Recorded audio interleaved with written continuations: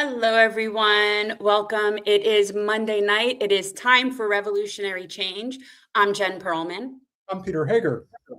And we have a special guest tonight that we could not tell you about. Because we wanted to make sure that it would go through. I mean, I'm fascinated at the capability of people that are kept from so much, right? Like it's if I lose power for an hour, it's like I'm sitting there and like, what's happening? And so anywho, but yes, everybody, if you are new, welcome. If you could hit the like button, it does help us with the algorithm. We have a lot of new members. There's like a ton of new members. We have people that saw the clip that we put out earlier this afternoon. Which clip did you tell me? Which clip you put out? About what happened to me. Oh, yeah. Peter is another economic casualty of Zionism. Yeah. And let me tell you something. For anybody who's ever run a small business, who's ever had to think of it as like a digital form of moving. It's not fun. So when you have to go through ultimately thousands of emails to make sure what's needed, what's not needed, I said I would land on my feet, and I will land on my feet, but I can assure you that going through the process of transferring my life basically to another email account, I've finally given up. I finally got a Gmail account, like an actual personal Gmail account for me to use instead of everything just being specifically in one account. So now at least be careful how far you go about the hardships of changing emails right now. Oh, you know what I mean? Let's maintain some perspective. Well, are you trying to get on me? Because I was actually going there, but you just like to jump the gun. So I just wasn't sure that you and I were on the same page with that because, okay. No. The point is that for all the things that we could be dealing with in our respective lives, that is nothing compared to what our guest has been dealing with, not just since October 8th, 2023, but probably his entire life. And the one thing we unfortunately have to deal with here in the West is a very uncooperative media that does not want to tell the truth about what's really going on. But Jen, you mean in general or since the quote unquote ceasefire? What ceasefire? What ceasefire? So guys, we're very fortunate tonight, and this is very special. So our guest tonight is a student in Gaza. His name is Mohammad AlTurk. We're going to bring him in a second. He reached out, and I'm so happy to platform him and welcome him and just get his story. So Mohammad from Gaza, welcome. Hi. Hi, can you hear me? Yeah, how are you? Well, I'm doing okay. I am very glad to be on your show. Yeah. You're very welcome. And I just want to tell you, Rachel wants me to tell you that your English is very good. And as somebody, and we in this country, I don't know if you're aware, but our education system is really poor, and they raise us to be stupid.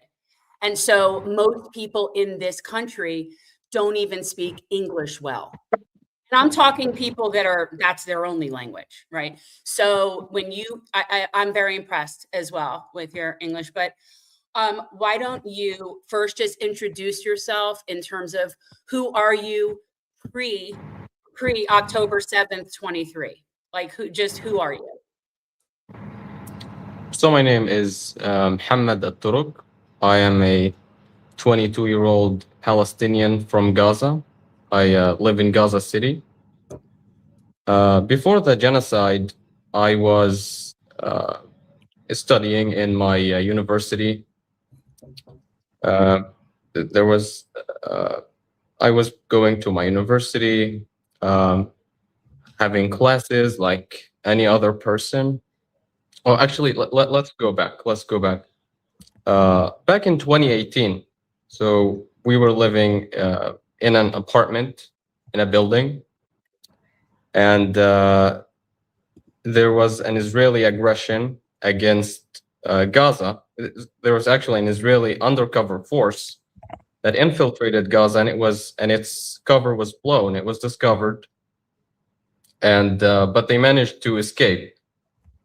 And that followed 3 days of Israeli aggression and bombing of Gaza. The building that we used to live in was bombed, and we lost our home. So we have been basically displaced since 2018. We have rented an apartment close to where we used to live. And, you know, I was, then after that, it was the university. I used to go to university. I loved it very much. It was like my second home. I loved the professors. I liked my classmates. You know, we were a very small class. And yeah, I didn't, so I always knew that Israel were the bad guys. But I never thought about, I didn't think about, you know, the pro-Palestine activism. I just wasn't really interested. Like I said, I knew that Israel were the bad guys, the Zionist terrorist entity. We actually refer to it as entity because in Arabic it's al-Kayan al-Suhuni, Arabic Zionist entity. It means it's illegitimate. And Israel is illegitimate. It's not the settlers in the West Bank or the Netanyahu government. It's Israel itself. The Zionist project is illegitimate. So I knew that, but I just wasn't interested. I just, you know, I thought I would do other things. And then there was the genocide that changed everything. Yeah. So, okay. And okay, that was great. So you were just a student living your student life. Yeah, I was. And What do you study? What do you study? What do you want to be when you grow up? so I was majoring in English translation. There are 4 branches of English.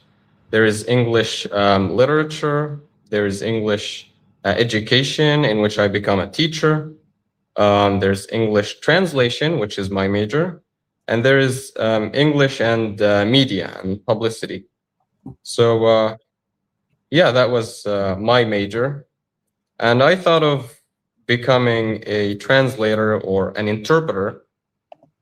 I still want to be a translator or an interpreter.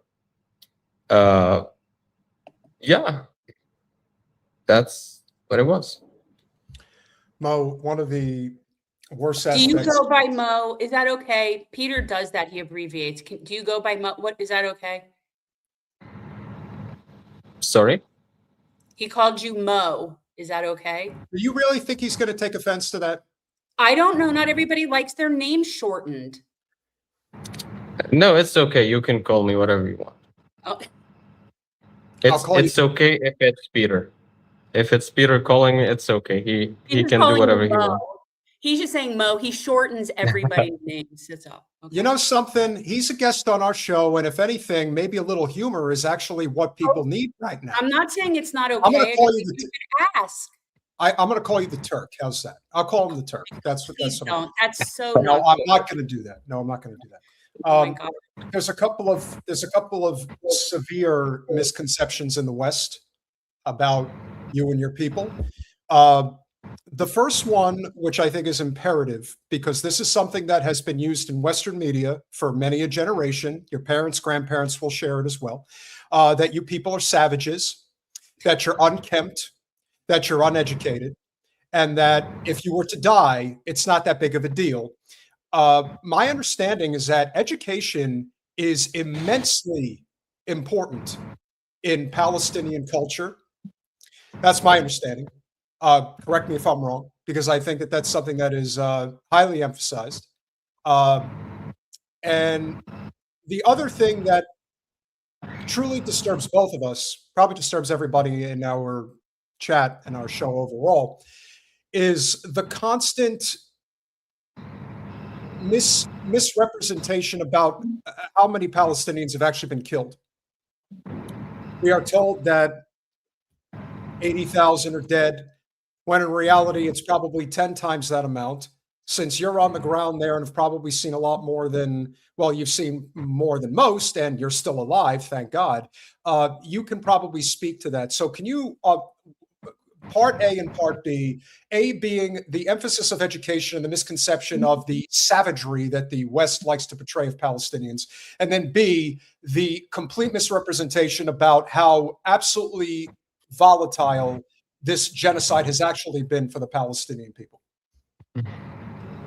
Yes. So, not many people know that, but Palestinians have one of the lowest illiteracy rates in the Arab world or the world at large. I'm not sure which one it is, but I think it's the world. I think it's the world. I agree. And education is very important. A lot of people are educated here in Gaza and also the West Bank. Savages are the Zionists. Zionism is savagery. It's terrorism. It's vileness. It's I'm trying to think of a word to describe this heinous ideology, which must be wiped out. The second thing is the genocide. They say it's 72,000. This is the official number from the health ministry here in Gaza, but it's wrong because they only count the people the bodies of the martyrs who arrive at the hospital. Some people do not, but many people actually do not because they're under the rubble and they're not counted. So many people have been killed in Gaza. It's a fucking genocide. And that's a pretty good English word for you to learn. Yeah, that was good. Yeah. It's it enrages me about Zionism here during the so-called ceasefire. The Zionist terrorist entity is waging an aggression, a war of aggression against Iran. They are invading and ethnically cleansing southern Lebanon, and they are running low on interceptor missiles. And in the midst of all of that, they still have time to kill Palestinians here in Gaza.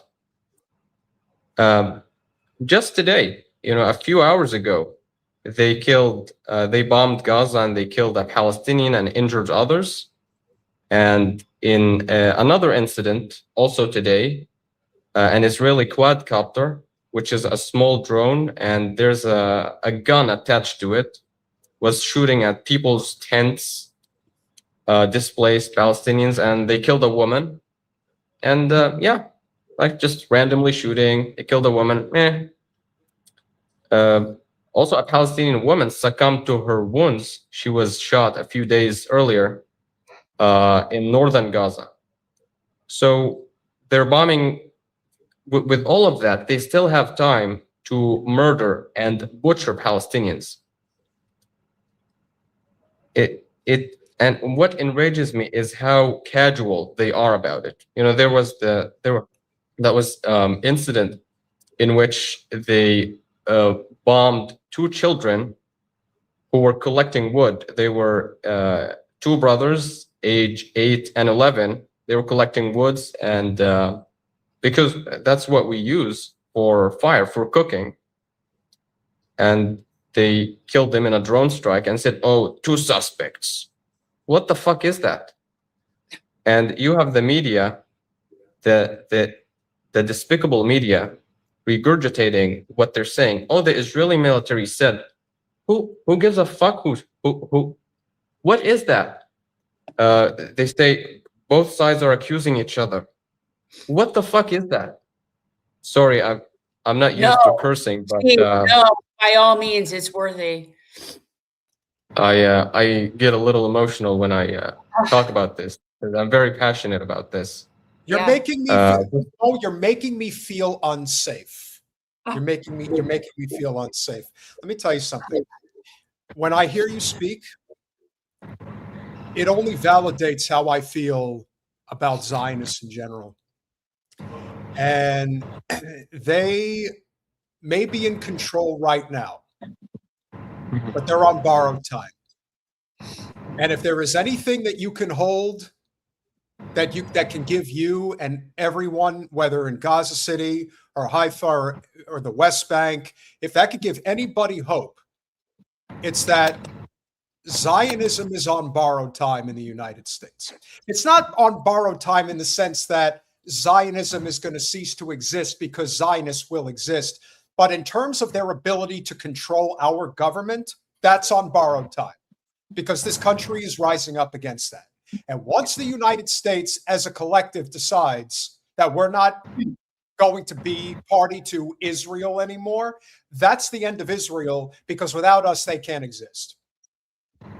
And I just want to tell you, Mohammad, in all transparency, so I was raised Zionist. I grew up in a Jewish family in a Zionist area in South Florida, and I actually was in Israel in the summer of '87 on a program where we went and planted trees, where I think is East Jerusalem, but I don't remember exactly. This was in 1987. This was before the first Intifada. So you weren't even a thought. And there weren't the same signs. And I don't know, there wasn't a division wall. There wasn't the separate roads. It wasn't that yet. And I participated by planting trees and doing that. And I got to tell you, I feel like I will be atoning for that for the rest of my life. For the rest of my life, I will be atoning for that. And I am just, So I actually remember seeing a thumbnail of a video on your channel in which you said that you were a Zionist, but now you're the opposite of that. I didn't watch the video, but I remember that thumbnail. And I want to comment on what Peter said, that when Israel loses U.S. support, that's when they will cease to exist. This is very, very accurate. And they know it. The Zionists, the scum. And by the way, I watched your video. They got you fired. The Zionist scum. I saw the video. They are scared. They are frightened because they see the shift in public opinion and the sentiment towards their disgusting, criminal, illegitimate entity. And they know that this change of this historic and unprecedented change in public opinion will eventually lead to action. And that action is cutting all support, financial, diplomatic, military, everything. And that is why you have the despicable Allisons buying TikTok and censoring anybody who talks about their crimes. And they also, you have YouTube that deleted hundreds of videos documenting Israeli war crimes against Palestinians. You also have Instagram. I think they restrict pro-Palestine content. So there was even a video of an Israeli billionaire saying that they need to restrict America's First Amendment or something. Yes. They're scared. They like to say, you have Netanyahu. He says that we want to be independent. What is that? They don't want to be independent. They rely on the US for their existence. And once they lose that support, it's over for the Zionist project. And it will be. And I know that we will witness that in our lifetime. Oh, I think in the next few years, like I think like sooner than people realize it's unraveling for a lot of reasons, both economic in terms of American empire that's coinciding, like a lot of these things are happening like at the same time. But, and I am so down for the end of Diohel. Like I am so down. And the only thing that really freaks me out and scares me is about what that means for you. Like what that means for the Palestinians everywhere, you know, not just in Gaza or the West Bank, but just everywhere. And I just like, what does that look like after for you? And is that going to be anywhere safe? And I don't know. This is what, just please know that I have two boys. I have two sons. I have a 25-year-old and a 19-year-old. And so you're right in the middle. And so to me, it's like you're a kid and you're a baby. And it's like, I'm just so worried. You know what I'm like? And I feel like there's nothing we can do. Yes, That's how we feel. We feel like there's nothing we can do. Like it's so frustrating.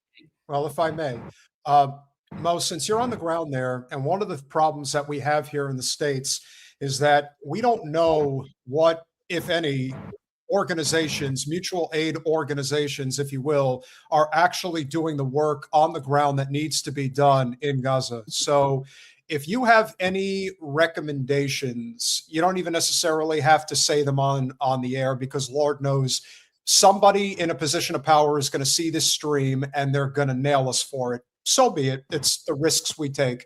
However, if there is anything that you want to share, and then we could just kind of remind people the next time we go live that this is where help is needed and how it can be done effectively.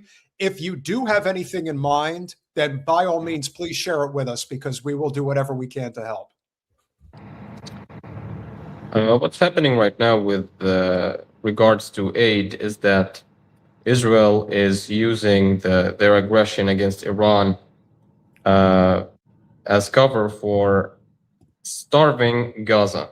Right now, the number of aid trucks that is coming into Gaza is very limited, and prices are going up. You know, prices in Gaza are very fluid, because once one of the terrorist Zionist demons who are in the Israeli government says anything, prices just go up, because they control everything. They control the food, the water, the fuel.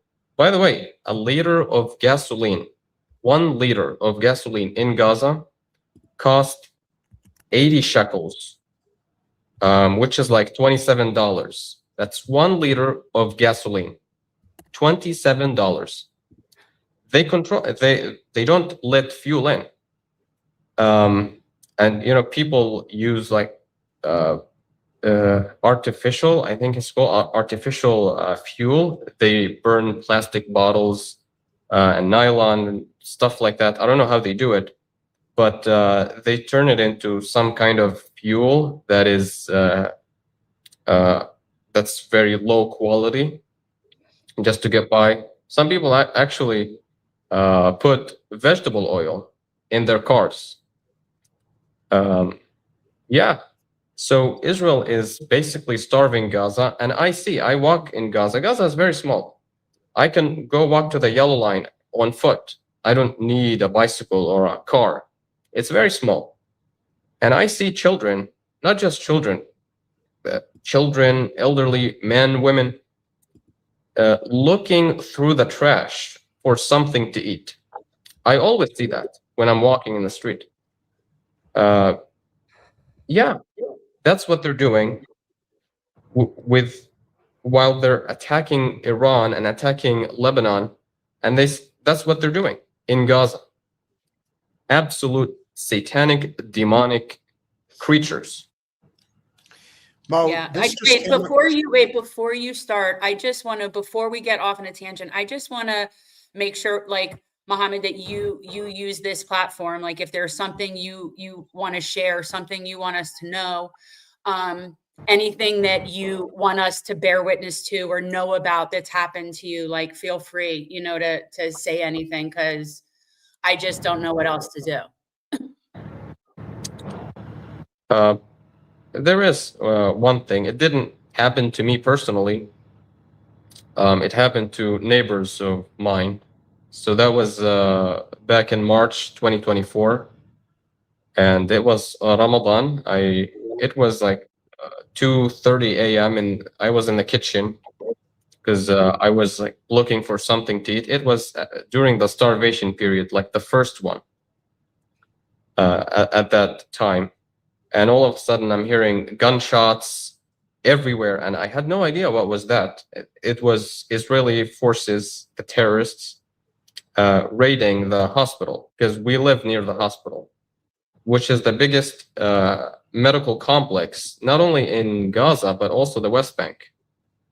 And they demolished, they turned the hospital's park or yard into a cemetery. They executed Palestinians there. And the raid lasted for 2 weeks. We stayed, I would be sitting in my room and I would hear the sound of Israeli tanks and bulldozers just driving by.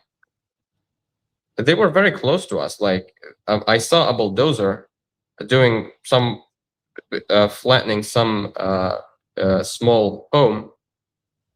It was like 60 meters away from us. Like I saw it through the window. And so we decided to flee. In the building that we were living in, there were like 10 apartments, but all families have fled to the south, except us and another family. So it was basically empty. And my younger brother carried a stick with a white shirt on it, and we decided to run because we can't stay here. What Israeli forces were doing was breaking into homes and just shooting people, or telling them to strip naked, and arresting them and sending them to an Israeli dungeon, humiliate them, beat them up, take their money. And we were afraid. We didn't want that to happen to us. So we wanted to run away, but we were surrounded by Israeli forces. And so we decided to just run. And we ran to a Ashati refugee camp, which is north of where we live. And I didn't see any soldiers. I saw a tank, but I don't know if it was active or not. Yeah, we fled. So we got away. But neighbors of ours tried to do the same thing like a few hours after we fled. And some of them were shot and killed. There are neighbors, 2 children in like elementary school were shot by Israeli terrorists. They were shot and killed. There was a family living in the building next to us, and it was a residential building. Like everybody fled except that family. They fled like to the south from the beginning of the genocide. And that family is 5. The parents, 2 twins, they are guys like me, and their little sister. They tried to flee, and the dad and the mom and one of the twins were shot and killed. And so the other twin and his little sister survived. That's what happens. You try to flee. We were lucky, and they were not. So yeah. That's what I'm amazed. Like, how have you survived this? Like, how are you? Where are you? You're like in a cafe. Like, how are things even operational though? So some people use solar panels. They are extremely expensive. And by the way, this cafe that I'm in right now, it should be closed right now. But I went to the owner and I told him, hey, I have an interview, because I can't do it from my home. And he agreed to stay open just for me. Oh, that's so nice. Wait. Is this someone that we could say hi to? Is there somebody that's actually there? He's just letting you be there. No, he's in the same place as I am. He's on his phone. Okay, well, if He's he like, walks by at any point, tell him thank you so much for doing that. I will. Mo, I want to talk about, it's fortuitous that you're here, but obviously this is something that you can speak much more to than we can stateside. So as horrendous as Netanyahu Milikowski is, if there is a person that embodies the very worst of Zionism, it is Itamar Ben-Gvir. He is an animal. He is not even human as far as I'm concerned. And of course, he was the person that spearheaded this. According to Reuters, Israel passes death penalty law for Palestinians convicted of lethal attacks. Now, I think it's safe to say that whatever this lethal attack, there's probably more to it than that. This is just, it seems to me like this is just an excuse to execute more Palestinians from a legal standpoint. Is that more or less what this is all about? Yeah, it is. And this is unprecedented. I don't think they had this law before executing Palestinians. This is, it's new, it's unprecedented. And this shows the level of vileness they have reached, this Zionist terrorist entity.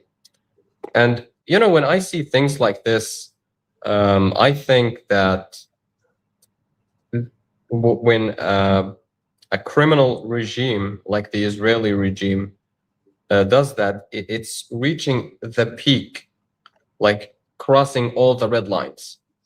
And what comes after the peak is the decline.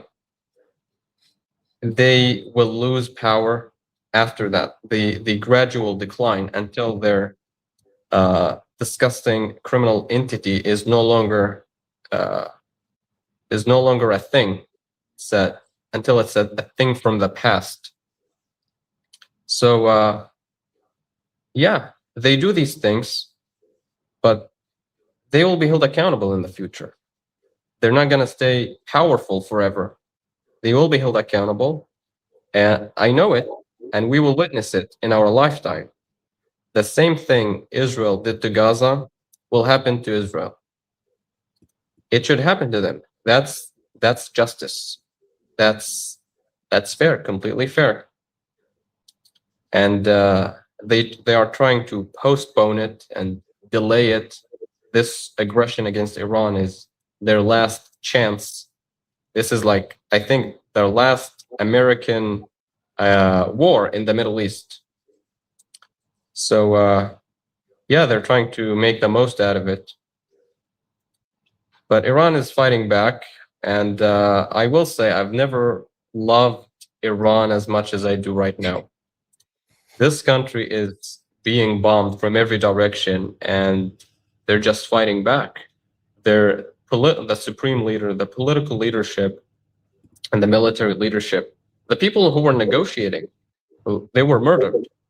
But they're still firing. They're still firing missiles at the Israel and also U.S. bases, which is used to, which is basically just serving Israel. I've actually seen a Hebrew report that Israel is proposing the U.S. sending their bases like from Arab countries to Israel, or build new American bases in Israel to protect Israel. So yeah. I think you're right. I think we're going to see the end of U.S. empire in West Asia. We're not going to get those bases back. We are not going to be in control of that anymore. And all of those other monarchies, those Gulf monarchy pimp states, are going to have to just sort of figure shit out on their own, because clearly, we're not helping them at all either. So I think we're going to basically be out of there and not being able to come back. And at this point, that's what Iran is going to get. See, they started out just wanting, their big demand was ending the sanctions. They're going to end up with all of it. And I could not be more down for that. Mo, my last question for you is, as you were just alluding to, what is actually going on the ground throughout not just Gaza, but more so what's going on in Tel Aviv and Jerusalem. Because Western media does everything, and I mean everything within their capacity to make it seem like Israel is not getting completely bombarded by Iran. And from where I stand and from what I'm seeing, yes, the carpet bombing in Tehran is absolutely abhorrent, but that's what the West does. They commit war crimes, they attack civilians deliberately. It's the modus operandi of the US and Israel, which is unfortunate. However, it seems that if anybody's ever read Sun Tzu, The Art of War, that was something that Iran read that the US and Israel didn't read. From where I stand, from where we stand, it does appear that Iran really has the US backed into a corner in a lot of ways. And obviously, Israel, it goes without saying. So, what can you share with us in terms of what's really going on the ground right now from the Israel perspective? Well, Israel has this military censorship in which they say everything is fine, everything is under control, when it's really not. They are running low on interceptors. You know, I've seen a couple of videos a few hours ago of an Iranian missile. There were two Israeli interceptor missiles going to intercept the Iranian missile, and they failed. It seems like the Iranian missile just moved right or left to avoid the Iron Dome. So Israel is being attacked. It's losing military assets. They're losing radars, and they're saying, the Iranian missile fell in an open area. Nah, I don't really buy these things. And by the way, when it comes to that, like a couple of hours ago, I read something about a serious security incident in Lebanon, which means dead Israeli soldiers. The Lebanese Hezbollah is doing a good job at sending those despicable creatures to hell. It seems like 6 soldiers have been killed. I don't know. Yeah, Israel is censoring the information. They show the world what Israel wants to be shown, but that's not going to be for long. You know, I just want to say something. During the Iranian missile attack on Israel back in October 2024, we all saw it. Like, I saw it from the balcony with my family, and people were whistling and cheering, and they were very glad just to see these Iranian missiles in the sky, and they're landing on Israel. Yeah, Iran is. I've never loved Iran as much as I do now. I mean, how can anyone not love Iran? Well, we talk about it, when we see movies, you see everybody's always rooting for the resistance. You're always rooting for the rebellion. When you're watching Star Wars, you're rooting for the rebellion. And then somehow in real life, they don't see it. And Iran sees it. Iran has always seen it. And Iran has always been supporting the rebellion, which is why we have been continuously villainizing Iran and all of its terrorist friends and arms throughout West Asia, because they're the largest sponsor of terror, whatever. So, and basically, it's just always the reverse. It's the complete reverse. So the axis of resistance is rising right now in a way. And now, especially with, you have Ansar Allah actually now going on the offensive, out even just attacking in the Zio state. So, and yeah, it's promising, and you are so valid for feeling like pleasure at that, because it's like watching things unfold as it should. Yeah, exactly. I want to thank you for having the spirit, whether you get that from your faith, whether you get that from your drive for life, wherever it comes from, share it as far and wide as you can. And don't think for a second that you're alone in this world, because that's oftentimes what ends up happening in so many ways. The despair kicks in, and sometimes people just give up. But the tide is turning, the corner has turned, and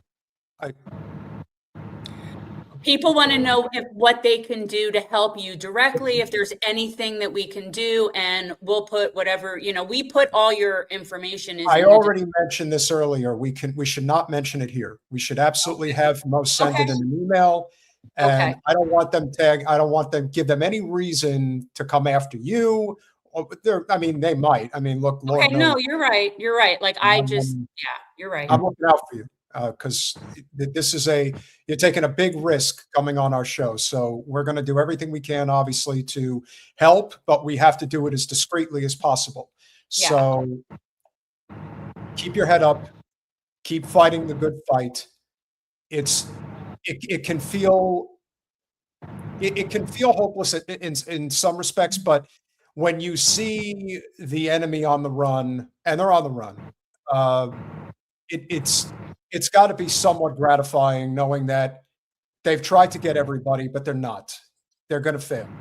And history will show that this was a very unique moment in time where there was this dramatic shift in humanity, and hopefully it holds. And final thoughts before you go. Can't thank you enough for coming on with us. Well, I'm very glad to be here. I would normally be asleep at this time, but obviously. But if it's to come on the revolutionary change, it's okay.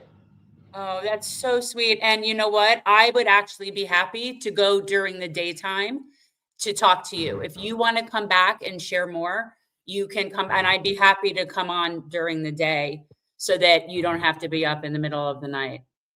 And I think and we shouldn't even know where you are. I don't want to know where you are, but yeah, thank you so much. But yeah, you'll give us information how we can get help to you if there's whatever it is, and we'll be in touch with that. But yeah, please share your thoughts.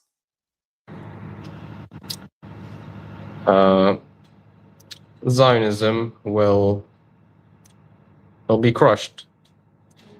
The fight against Zionism is the most moral fight in the world. More and more people are joining this fight against Zionism. Zionism is losing. Anti-Zionism is winning. And in the end, they will be held accountable for all the crimes they have committed. I will tell you that I will spend the rest of my life working for that. Now, granted, you will be here a lot longer than I will. Like, seriously, I mean, I'm kind of old, ish. But yeah, for whatever. I mean, like, I just wish there was more I could do. Inshallah, my friend, inshallah. And of course, assalamu alaikum. Alaikum salam. Thank you so much, Mohammed. It was so nice to meet you. Stay safe, please. Sorry. Thanks, Mo. What can you say? I don't know. I just was trying not to keep crying. A very powerful young man. And I hope you guys appreciated that surprise, because we obviously could not promote this, because Lord knows, I mean, they're probably going to. We're suppressed as it is. We don't need to give out, we don't need to give out. Let's not do smoke signals while we're at it. We got it. We obviously have a lot to do. You know what? We might as well go to our super chats, because you guys have obviously been huge contributors already. We have a lot to cover this evening, but patreon.com/revolutionary change. For as little as $5 a month, you can become a paying member of our small but mighty, yet still growing channel. We just passed 117,000 subscribers. No plan. And of course, you could become a so you can become a supporter on Patreon for no money if you just want to be a part of the chat. But we have a lot of new members, so let's get to them. Marchesino,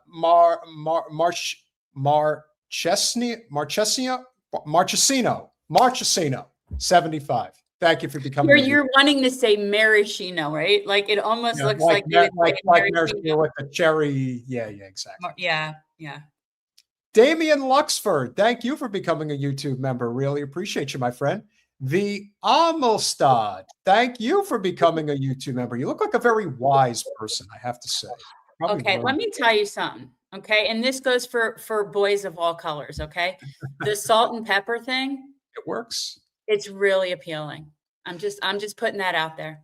Sonia, I noticed it with Pat the other night on a Punch Up that he's rolling with it, and it looks really good. And I'm just saying that. Anywho. Good. Sonia Khan, thank you very, very much for becoming a YouTube member as well. Juju2345 became a YouTube member. Thank you very, very much. Dada Imiza, thank you for becoming a YouTube member. Really appreciate it. Susan McLean, thank you for becoming a YouTube member. It Was Bright 9776, thank you for becoming a YouTube member. We have new patrons too, just by the way. But I mean, they're scrolling. I put them in, so they're on there. But I'm just telling you.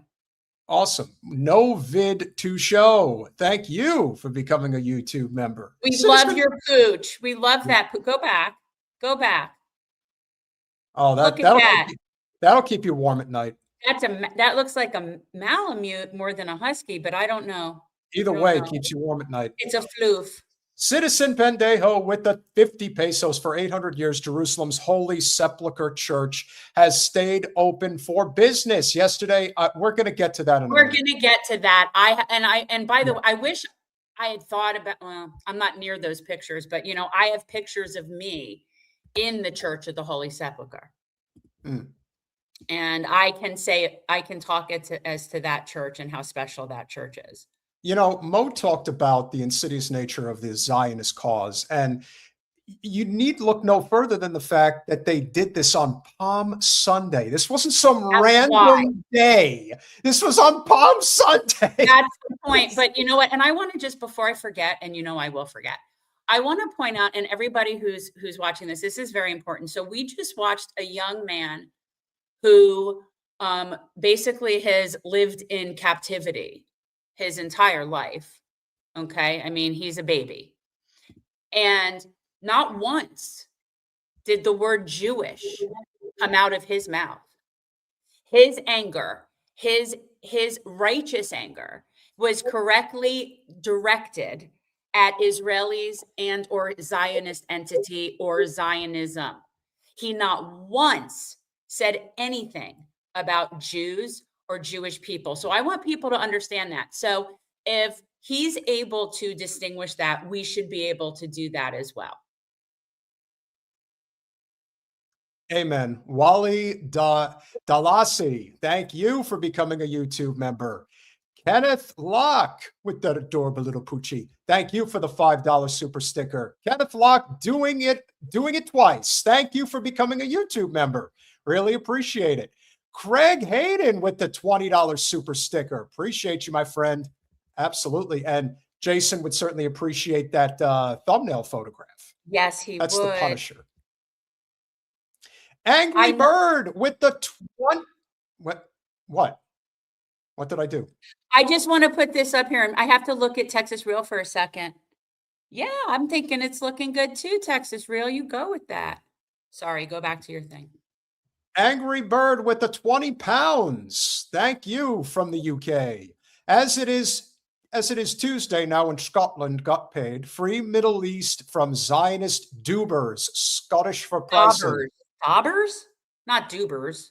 Or Daubers? No, whatever. Well, you would say an O and a double O Dubers versus Daubers. Yes, that's correct. Yeah. Jen is convinced that when we eventually meet up that she's going to crush me in Scrabble. So we'll see. I think it's ridiculous that you want to play me in Scrabble. I do. I think that, but it's cute. It's cute.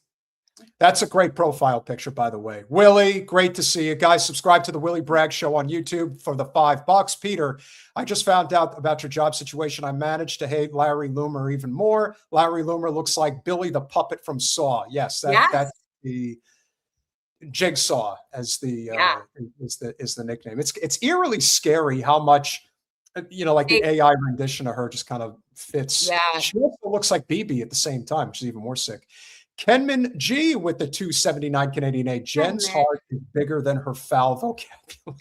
I don't know. I think it would be a close contest. I think that it's kind of I'm very equal parts. I say everybody in the world is glitter and shit. Everybody in your life is glitter and shit. And it's a trade-off. Everybody has the good parts, everyone has the bad parts. And when the shit outmeasures the glitter is usually when we like fire people from our lives, because then they're more shit than glitter. And every once in a while, there's a few people that are only glitter. There are those people. I had 3, they're all dead, unfortunately. And it's an individual thing, right? But yeah, that's the thing. I would say I'm very, very equally balanced shit and glitter. Well said. Monsi Cummings, thank you for becoming a YouTube member. Basam Kiori, thank you for the 2 Aussie dollars. Much obliged. And Marvin Vargas with the $2. Great guest. Please have United States Marine Corps Ken O'Keefe on. We have been trying to get Ken O'Keefe for a while. He moved somewhere. He lives in not this time zone. And I forget where, but it's somewhere. Look, not everybody is willing to be up at 2 o'clock in the morning to come on our show. I know, it's crazy. That's for you, man. Look at you. Yeah. You keep going with that salt and pepper there, Texas. And I lived in Texas for 6 years. My son is a Texan born in San Antonio. So I am a fan. I am a fan of things Texas. And yes, I have been to the Alamo. We way have more times than I would like to say. We have found that as much as we think that the Israelis cannot sink lower, that they can't possibly get lower than they always do, but they manage to find new ways of sinking into a deeper shithole than they're already stuck in. Now, again, are they on a speed run to end their ideology? I don't know, but it certainly wouldn't bother me if that was their intention. Israeli police blocked Catholic cardinal from Holy Sepulchre on Palm Sunday. It's not the only person that they blocked, but here's the people don't understand how that works. So you guys, if you look in that picture, you see the gold dome behind that wall, right? That's the Dome of the Rock. That's Al-Aqsa Mosque. That's the holiest, like one of the, not the holiest, like the second or third. Josie knows, like holiest place in Islam. I mean, a lot of you probably know, but it's the mosque. And then right there, also behind that same wall, is the Church of the Holy Sepulchre, which is one of the most holy places in Christianity because it's supposedly the site where Jesus Christ was crucified. I have been in it. It is extremely intensely spiritual. There is a very real energy in that place. I kid you not. And as people know, I'm an atheist, but the history there is deep and profound.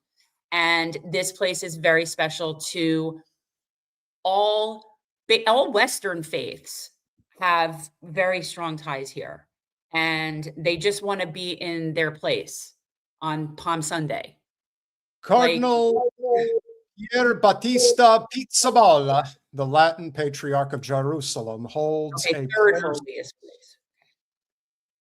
to mark Palm Sunday following the cancellation of the traditional Palm Sunday procession from the Mount of Olives and restrictions on gathering in large groups in Jerusalem yesterday.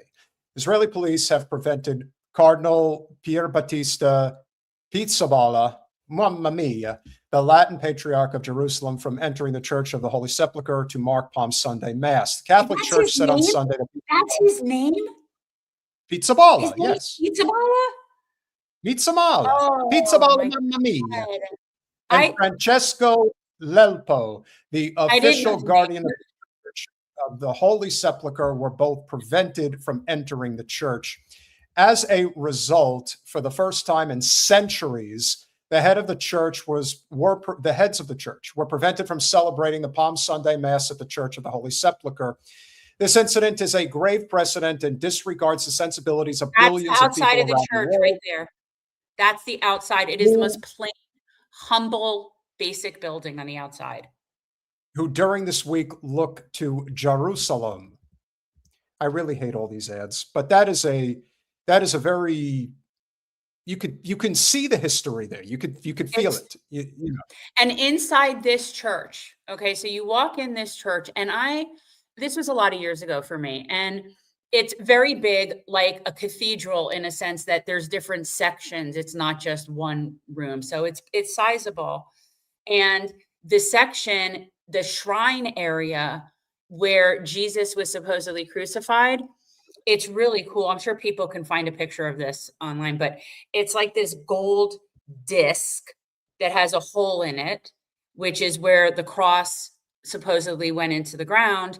And there's this like shrine inside this church, and that shrine is watched over and tended to by the Muslim family that basically has the keys to the Church of the Holy Sepulchre, because the Muslims had to be left in charge of this church because all the different Christians wouldn't get along and couldn't stop fighting over which denomination should have the keys. So the Muslims take care of the Church of the Holy Sepulchre, and the family, it's like two families. I believe that it's between two families, and the person that is inside within the shrine in the church that watches it and is always there is one of the people from those families.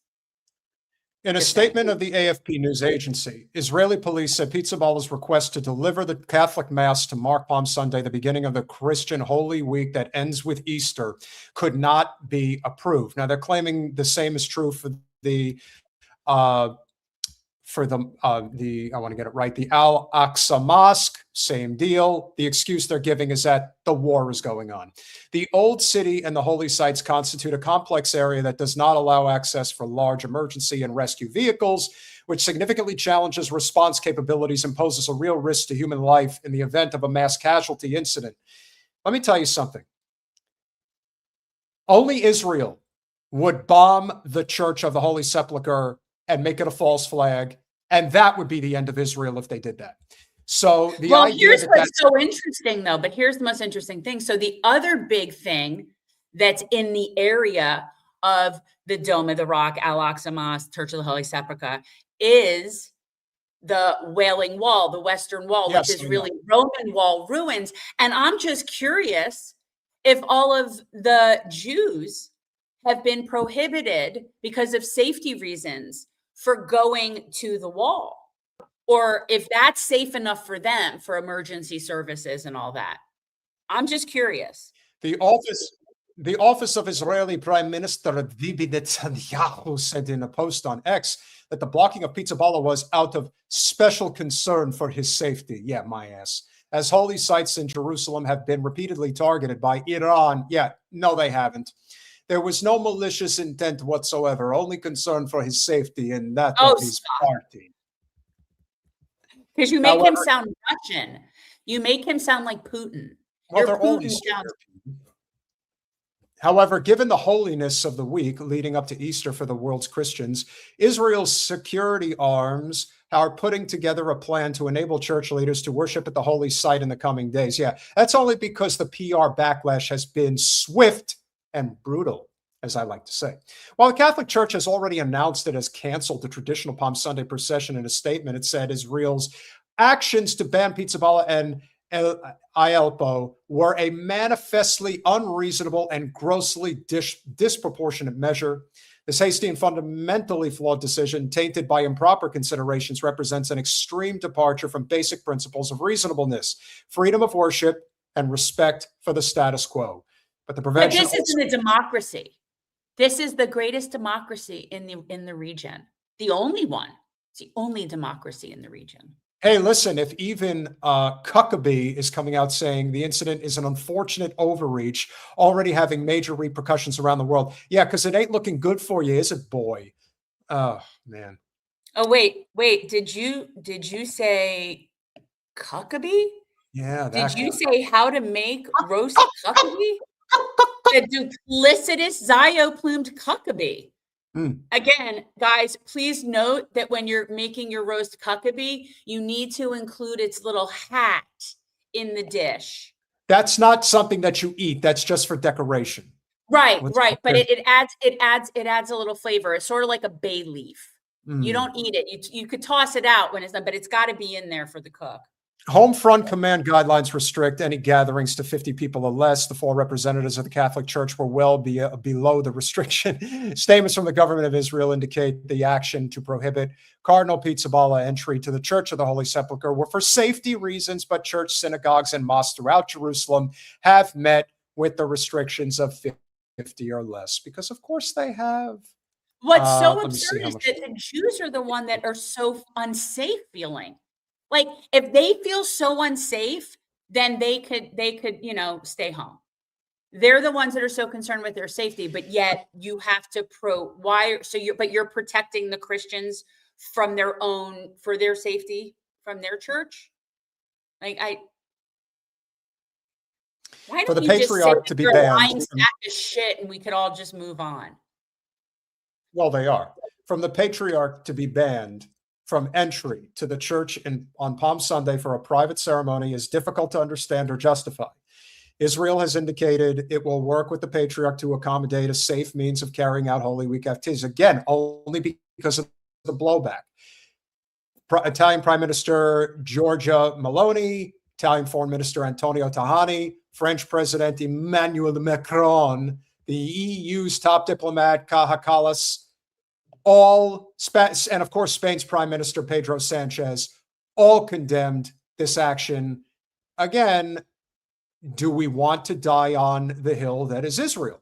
That's what we have to ask ourselves. I know I'm not doing it.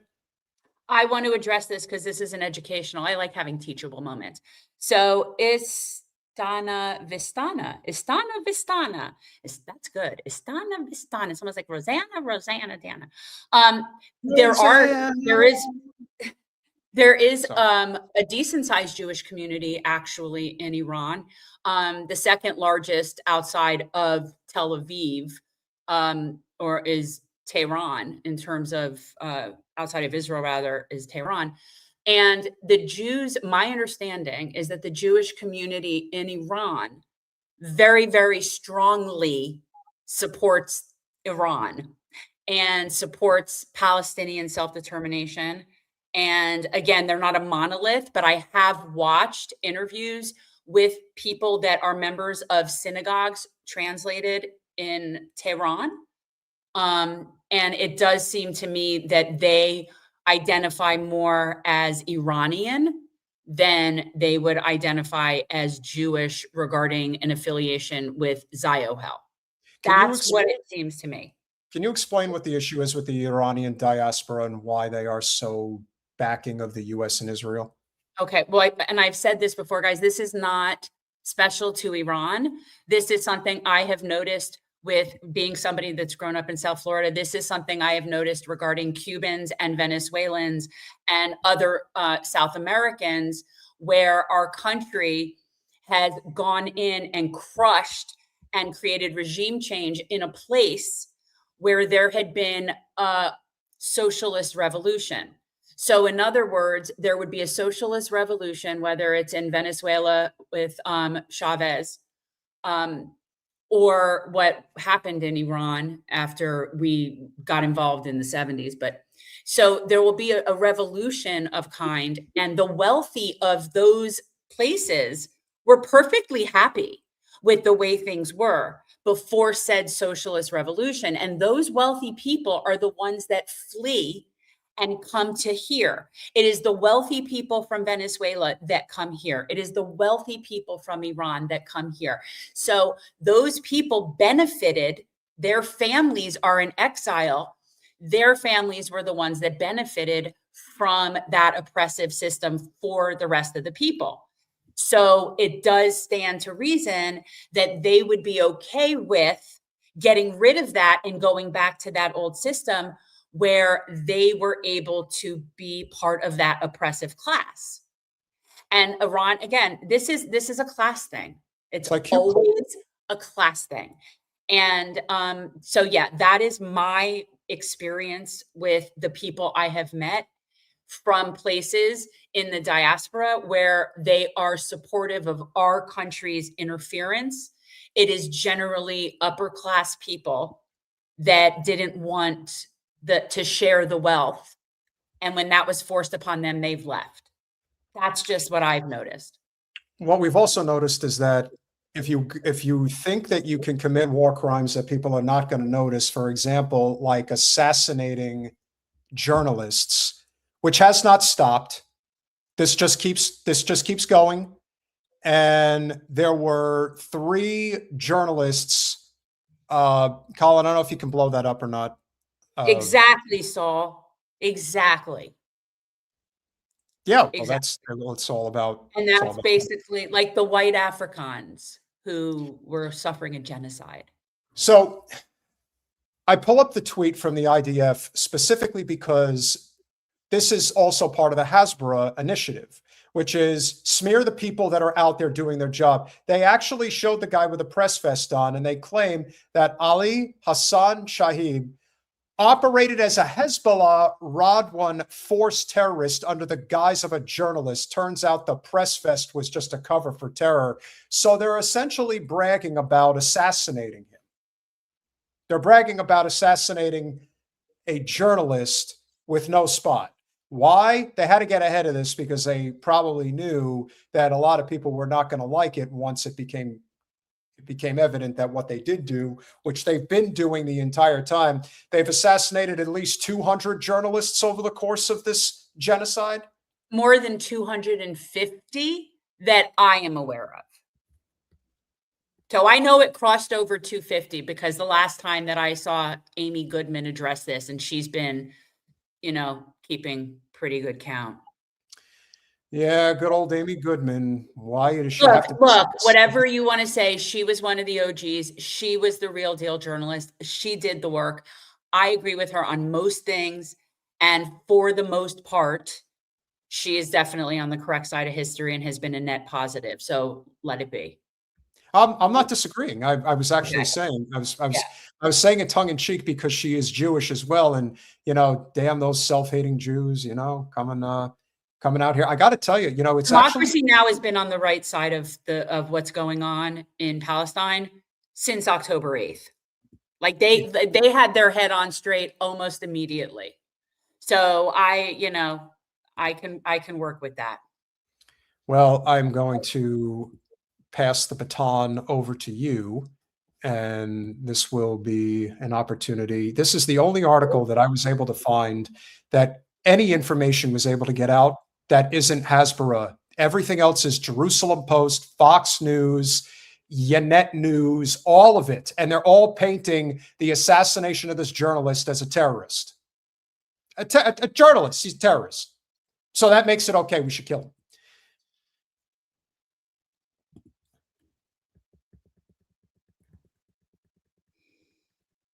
Israeli strike on media car targets kills 3 journalists in South Lebanon.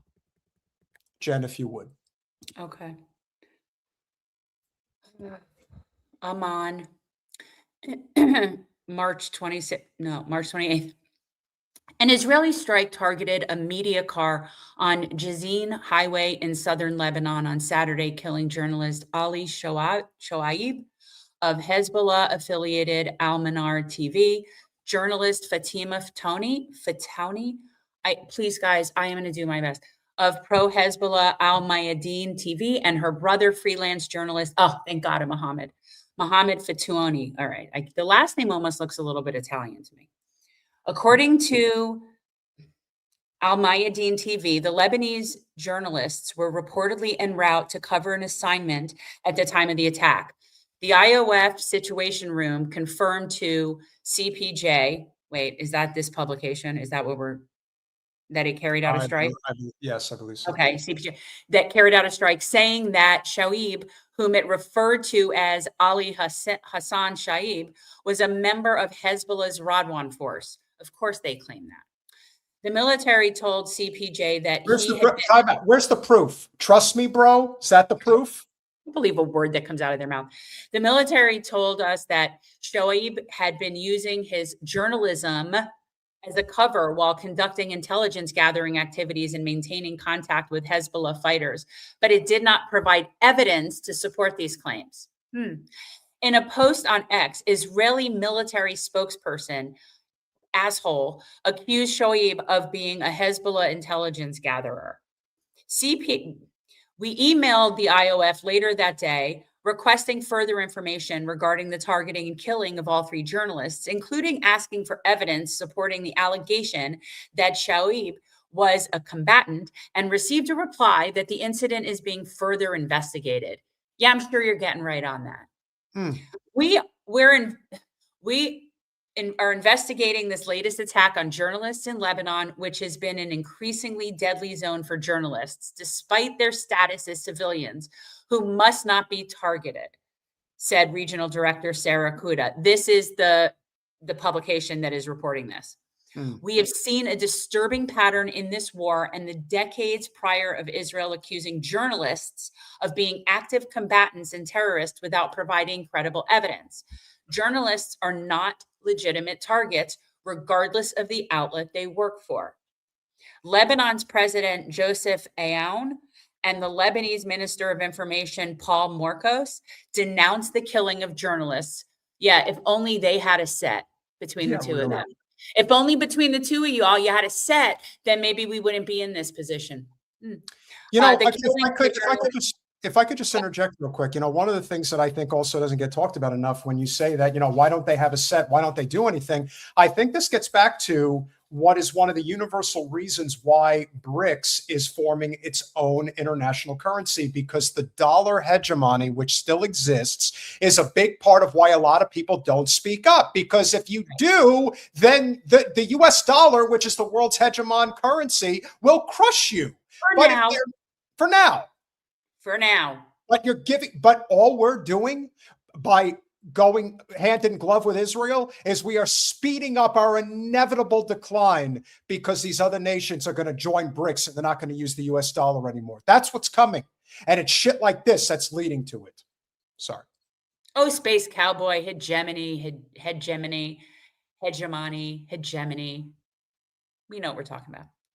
So those, whatever, less than those of the sackless variety, said that it was a blatant crime that violates all norms and treaties under which journalists enjoy international protection in wars. Yeah, but yet you don't do anything. Okay.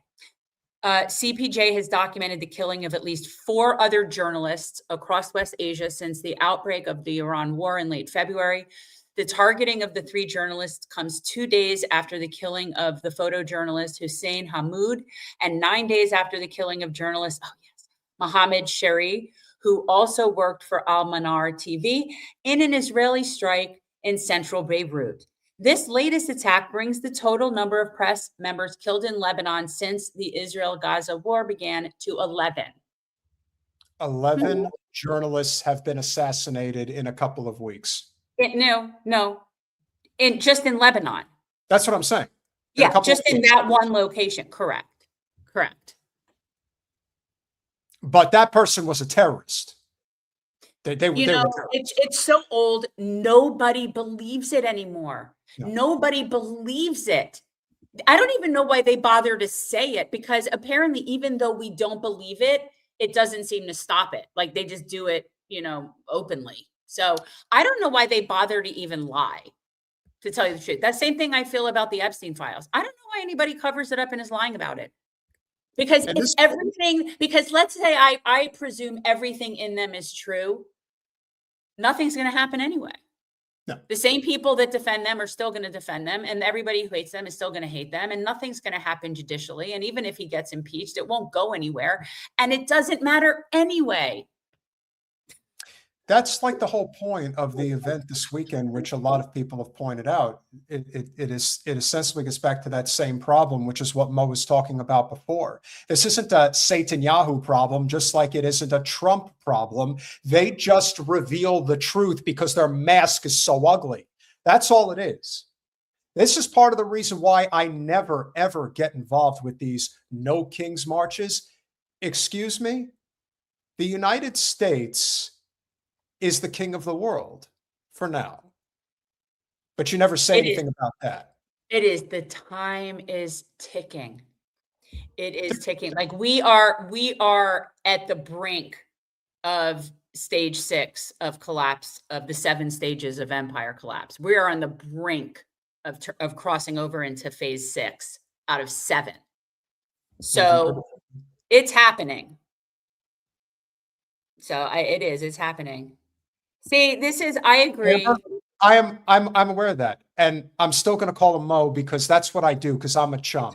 That's what I do. I'm chummy. It isn't to be disrespectful. It isn't to denigrate the fact that his name is Mohammed, which is named after the prophet of Islam. It is simply because it's what I do. I do it's it for what everybody. He does. He does. Why? The reason it's most confusing for me is there's only one Mo.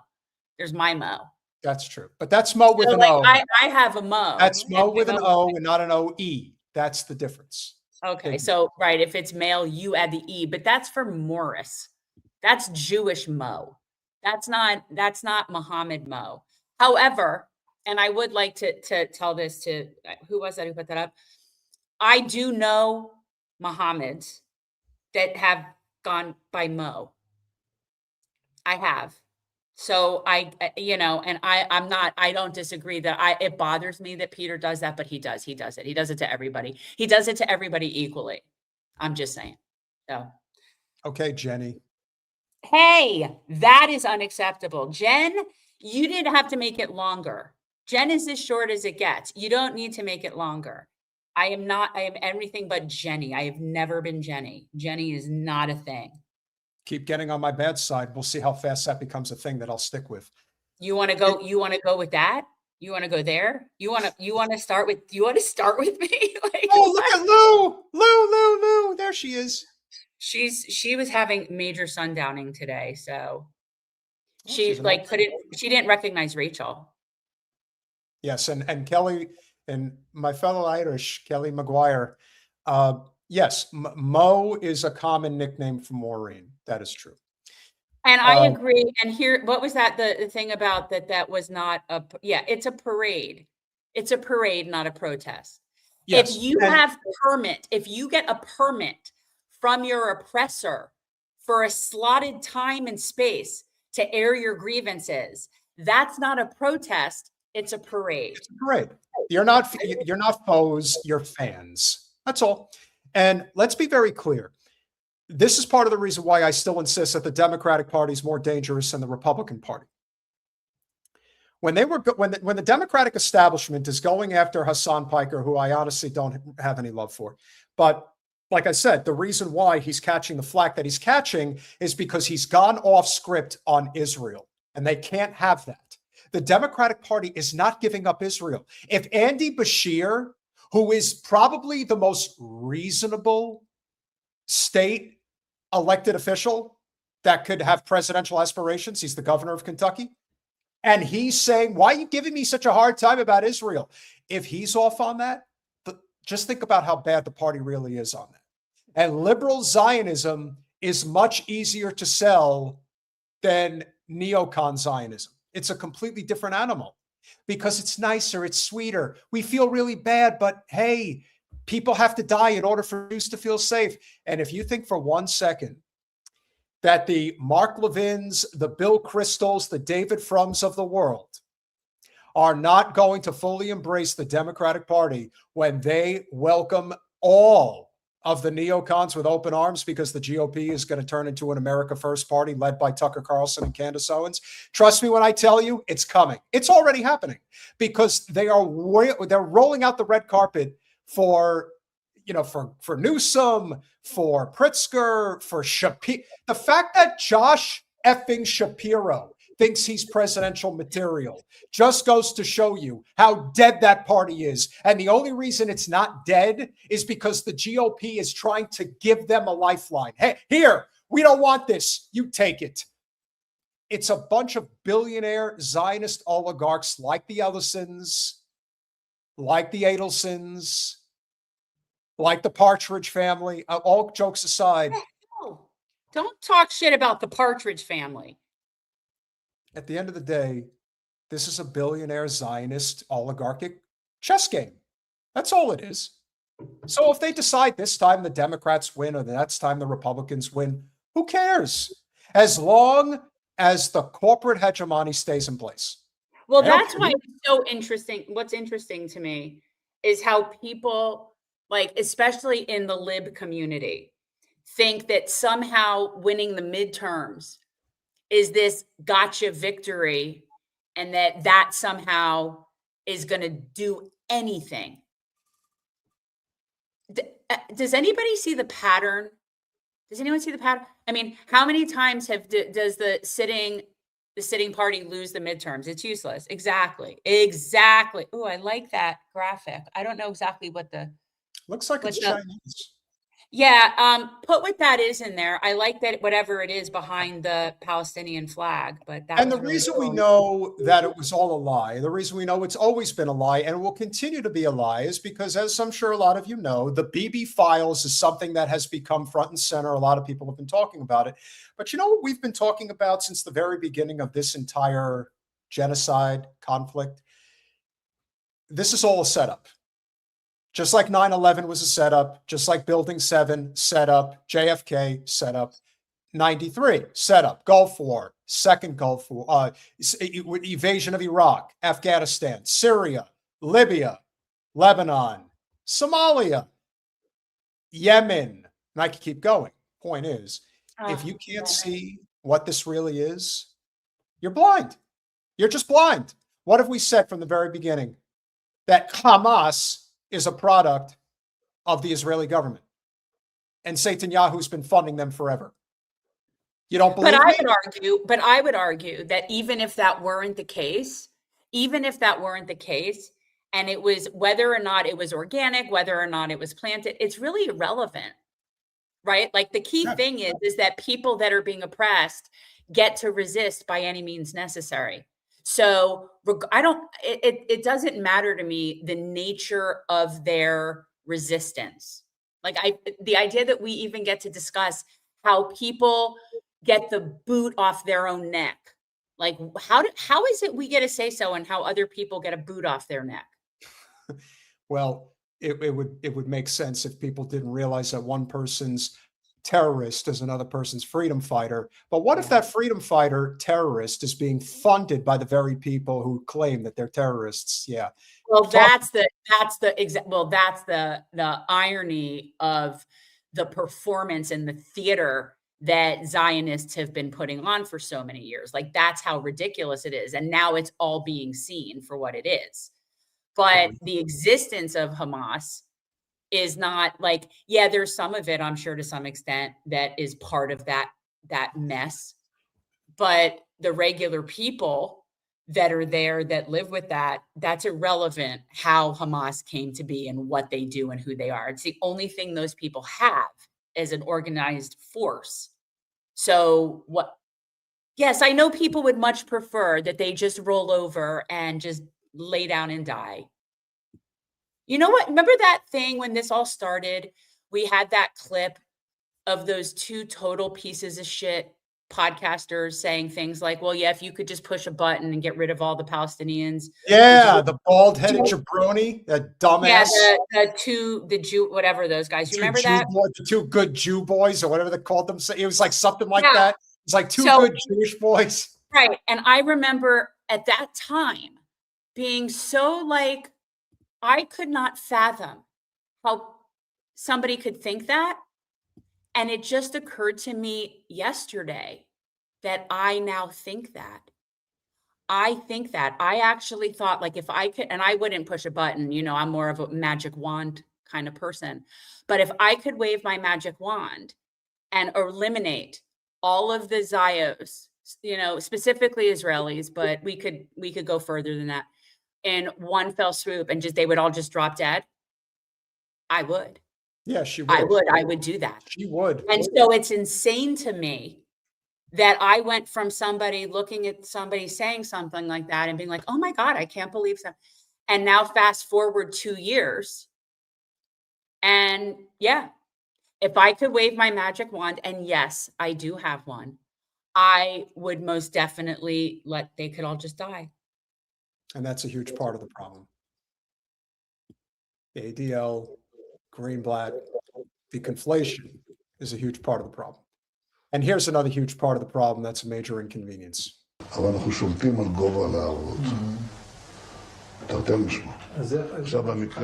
The public blames Netanyahu for October 7th as the one who fed the beast. He did not create Hamas, but he fed it. Netanyahu, who is against peace and who is against having a Palestinian state, dealt with Hamas for a long time as a strategic friend. I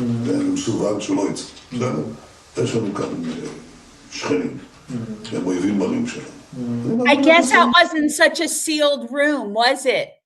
Because if that was confidential, then we wouldn't be sitting here watching it. So clearly, you got a mole or two. Or maybe there's some people who worry that they might actually be killed and they don't want to have to go down for this animal among, well, I shouldn't say animal, just say demon. Yeah, demon's better. For this demon. There's always resistance. And even amongst in Israel, the very few people in Israel that are on the right side of history, and they are there, it is a small percentage, that's true. Those people understand why we need to lance them like a boil. Like they get why the world hates them. They don't feel like, they don't take it as a personal slight. They know that they live somewhere that's fucked up. So I do know those people exist. And they support us. That's what I know. So, yeah.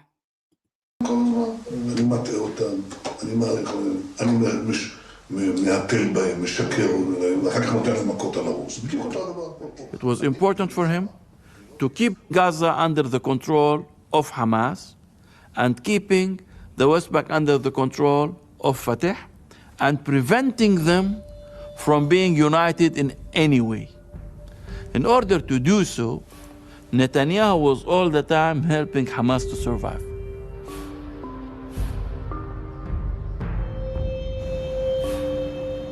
At the same time that he was under investigation, he arranged for Hamas to receive $35 million every month from Qatar. Is this the trailer or is this just a clip from the documentary? This is part of the Bibi Files movie. Okay. $35 million a month from Qatar. Yeah. That's a lot of money. Well, you know, it's all going up in smoke because Qatar and UAE and all those places, they are so screwed right now. It will take them so long to rehabilitate from the shit show that they're in right now. So, you know, they lived large for a while and that was fun. Oh, yeah. Their own people are cheering for Iran in those countries. We'll continue. Netanyahu can't give the money by himself. Israel will not give money to the Hamas. You cannot even transfer this money through banks because even the banks don't want to cooperate. So you, the Israeli Prime Minister, needs to beg this small and very rich country, Qatar, to give money to our enemy. These suitcases of money was given to Hamas under the request of Benjamin Netanyahu.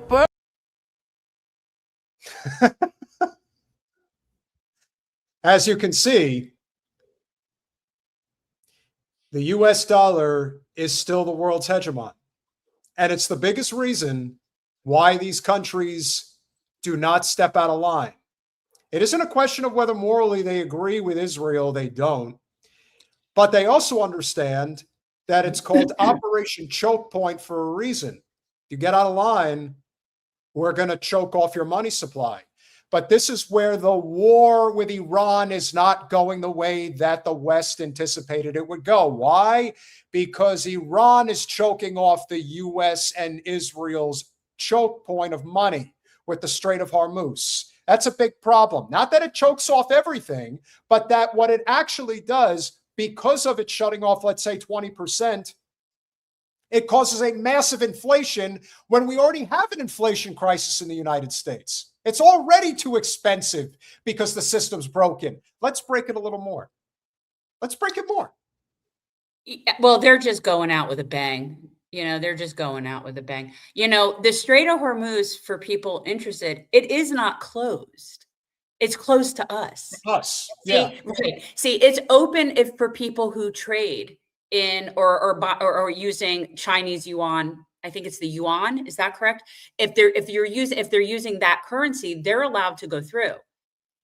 People using the dollar aren't allowed to go through. So the strait is open. But what is now happening right now, which I predicted a long time ago, is they're setting the product on fire. They're setting the fuel infrastructures on fire.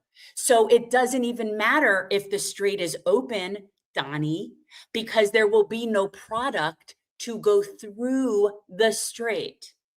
And that is actually what they're doing right now. Iran has been so strategic. They took out our bases. They took out our radar. They've been going nonstop after Israel. Israel has been taking a beating that we are not getting real reporting on. Okay, that's first. What's happened on our bases has completely neutered us in that area. The Marines that are, whatever this mission is a suicide mission. They're not ever going to reach any island or any place anywhere to do anything. And if they ever did, they have no means of getting supplies and they have no means of getting out. So this is absurd. It's already done. We are so screwed. And I kid you not, people, I don't care if he gets the strait open. The fuel situation has become, and I was just watching Jeffrey Sachs on with Judge Knapp, and he has said we have reached the point where the damage is irreversible in terms of the fuel chain, the energy chain. We have done damage that will take years and years and years to fix. This isn't going to be like the 70s where they just put a stop on it and we weren't being able to get fuel.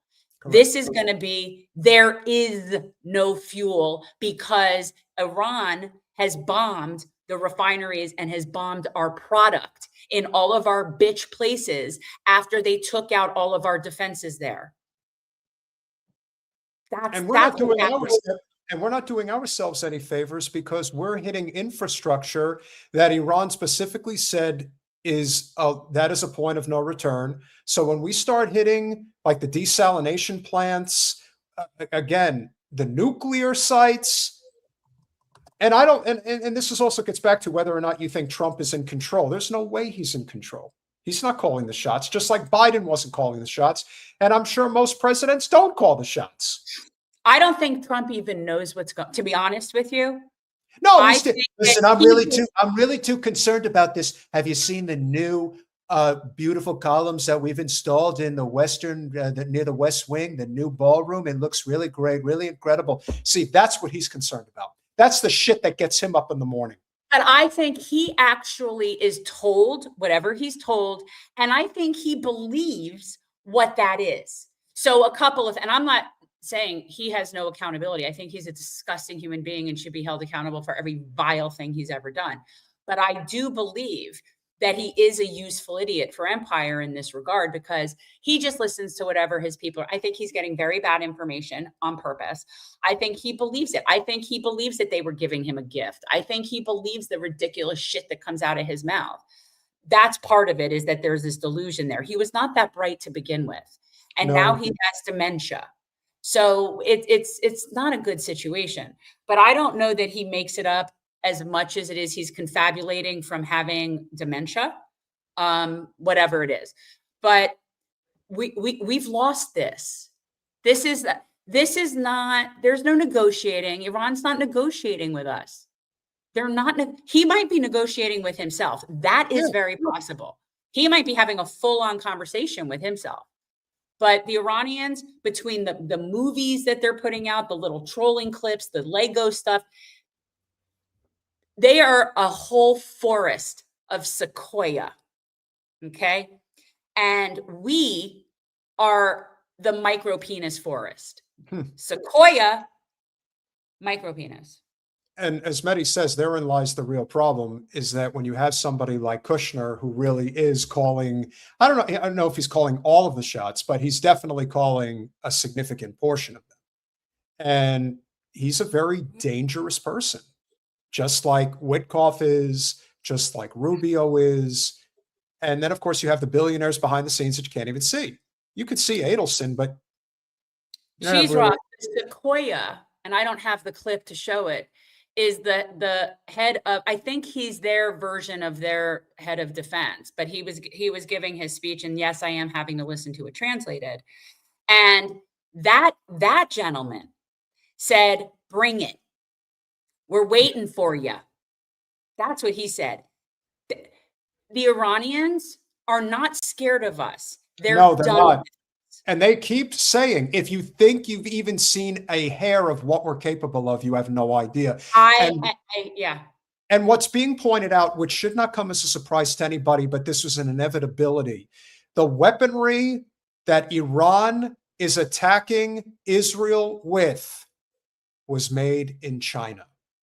So China's involved. And if you think that they were just posturing when they said we back Iran, now you know for fucking sure that if this becomes World War III, which side China's on. And it's not ours. No, look, Iran has had access to China's satellites this whole time. They gave them access to that a long time ago. So that's not a little thing. It's not a little thing. No. That puts their intelligence up there with China's intelligence in terms of what we're doing. So they're 5 moves ahead of us in Iran. 5, not even 2, 5. They know what we're going to do before these morons even know what they're going to do. One thing that I do want to say about Stephen Miller is that is not just a hateful person. That is a self-hating, hateful person. These guys, Rahm Emanuel is a scumbag piece of shit, but they all are. Somebody like Stephen Miller is somebody who I truly believe has a Himmler-Goebbels viewpoint of the world. Like, he wants to bring pain and suffering to as many people as he can, because he's an extremely emasculated, unhappy person. Have you seen the woman he's married to? The person from the same probably neighborhood as Debbie Wasserman Schultz? It's not a stretch. But Stephen Miller, he's working with one of these.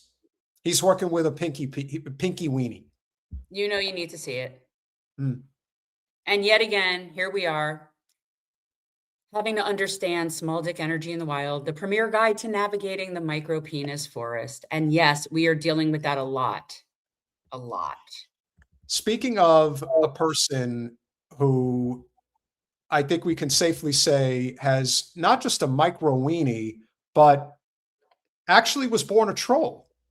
I'm convinced that Rabbi Shmuley was born a troll. Can you not use that word? Here's the problem with that word, and I'm going to ask you to not call him that. Okay.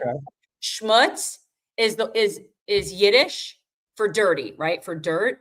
And it's a bubby thing to say. Like, when my mom would like if my kids saw my mom and they had food on their face, she's like, "Come here, you have schmutz on your face." And so to me, that's like a lovable thing that I would get from my bubby, or my mom does for my kids. And I just don't ruin that. Don't ruin the schmutz. The schmutz is good. Okay. Rabbi Shmucky in his latest example. Well, he is the butt plug rabbi, but yes, Rabbi butt plug. I think that's better. Rabbi Shmucky got approached on Broadway near Times Square, and this was interesting. Rabbi Shmuley is a Zionist fucking pig. Get this. Here he is, right on camera. Hi, everybody. I have no problem saying it. Rabbi Shmuley. Say your name. I'm Salvo, baby. I have no problem saying it. What's your phone number? Say why would I give a Zionist? Say it all. Say it all. Say it all. Zionist pig, relax. Why would I give a Excuse me. Why would I give? Excuse me, officer. This man is.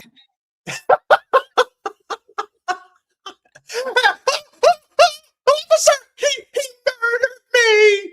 I love when people tell me, you guys, I know that it's German word. Yiddish is a combination of German and like slang. That's what it comes from. So yes, I know that's the root. I get it. But yes. One more time. Say it all. Zionist pig, relax. Why would I give a Excuse me. Why would I Excuse give? me. Excuse me, officer. This man is attacking me. Right I have it on video. Right now. I have it on video. I have it on video. I have it on video. He's a Jew. It's a hate crime. He's threatening me. I called him a This second, Zionist. I didn't He touch came him. over to I didn't me break and I any filmed law. the I have it. whole I have it on thing. video. I have it on video. Rabbi. I just talked to him. He's I threatening didn't. my life. No, I and didn't. He has to be arrested, please. I agree, He has, Dominic. he has to be arrested. He came over and he called me a Zionist. What if he called you a kike Jew? And you still can't get him arrested for that. But in his mind, that's grounds for arrest, that you must arrest him.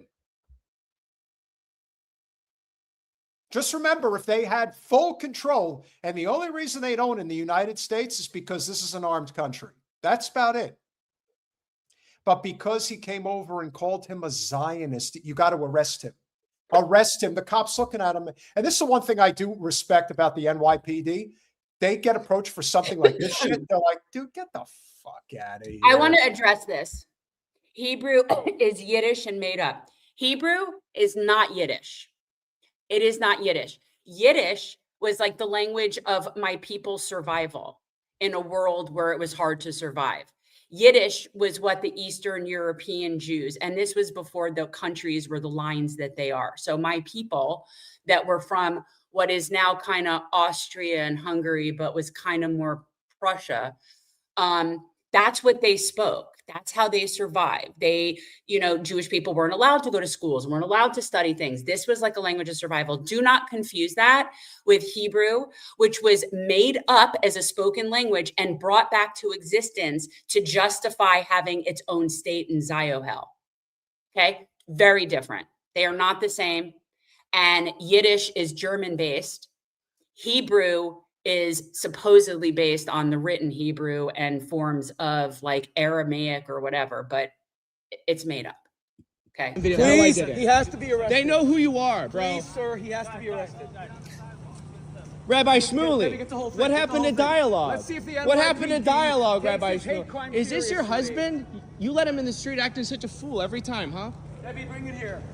This is what happened to me at the Fontainebleau Hotel. I won't Nobody- put up with it. Rabbi This Shmuley, man why are is you threatening lying? me. He is harassing Rabbi me. Shmuley, He's why are guilty you of a lying? hate crime, and now let's see if the NYPD. Rabbi Shmuley, I have it on video right here.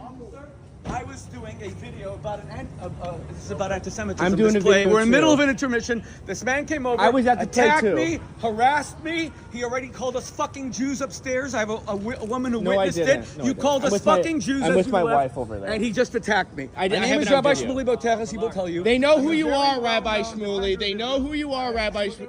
You're making He a attacked me, and this is a hate crime. you're making a scene, Rabbi He Shmuley. attacked me, and this is a hate crime. What a Now, why did you walk over to me? Tell him. Why did you walk over to me? What did you say? Why did you Yes, walk sir. over to me? What did you say? I said you're a Zionist. No, you said I'm an effing Zionist. You started attacking. I'm allowed to swear at my you. Safety. No, I You are didn't. threatening my safety. No, I didn't. You invaded my personal space to harm me. I'm allowed to say Yes, he is a Zionist pig, and so are you. Who in the fuck do these people think they are? They're chosen. If that's who's chosen, then I don't want to be chosen. Well, that's exactly. That's my No, and again, I, as somebody who is a free speech absolutist, I Right. think that you should be able to say whatever horrible, hateful shit you want to say. Of course, as long as you're not Like, threatening. Like I said, I'm going to effing kill you, which he didn't say. He just said you're an effing Zionist pig, which you are. And there's this thing called freedom of speech. But the one thing we've noticed about a lot of Zionists, that first of all, they don't believe in the U.S. Constitution. That much is obvious. They are not loyal to the United States in any way, shape, or form. And finally, because they're not, they still think they're in control of our government and how our elected officials, as well as our law enforcement officials are supposed to conduct business, which means that they're just as valuable as property. Protect us at all costs. Do away Is this with this. the wife? Is that butt plug's wife? I believe it is. I believe it is. So, yeah, maybe it's the lighting. I mean, I'm just somebody like, if somebody wants to say really nasty, mean, hateful shit, I 1000% support their right to do it. If you want to walk down, you know, a street in a Black neighborhood yelling racial slurs, I'd encourage it. I think that might be a really good, you know, FAFO kind of situation.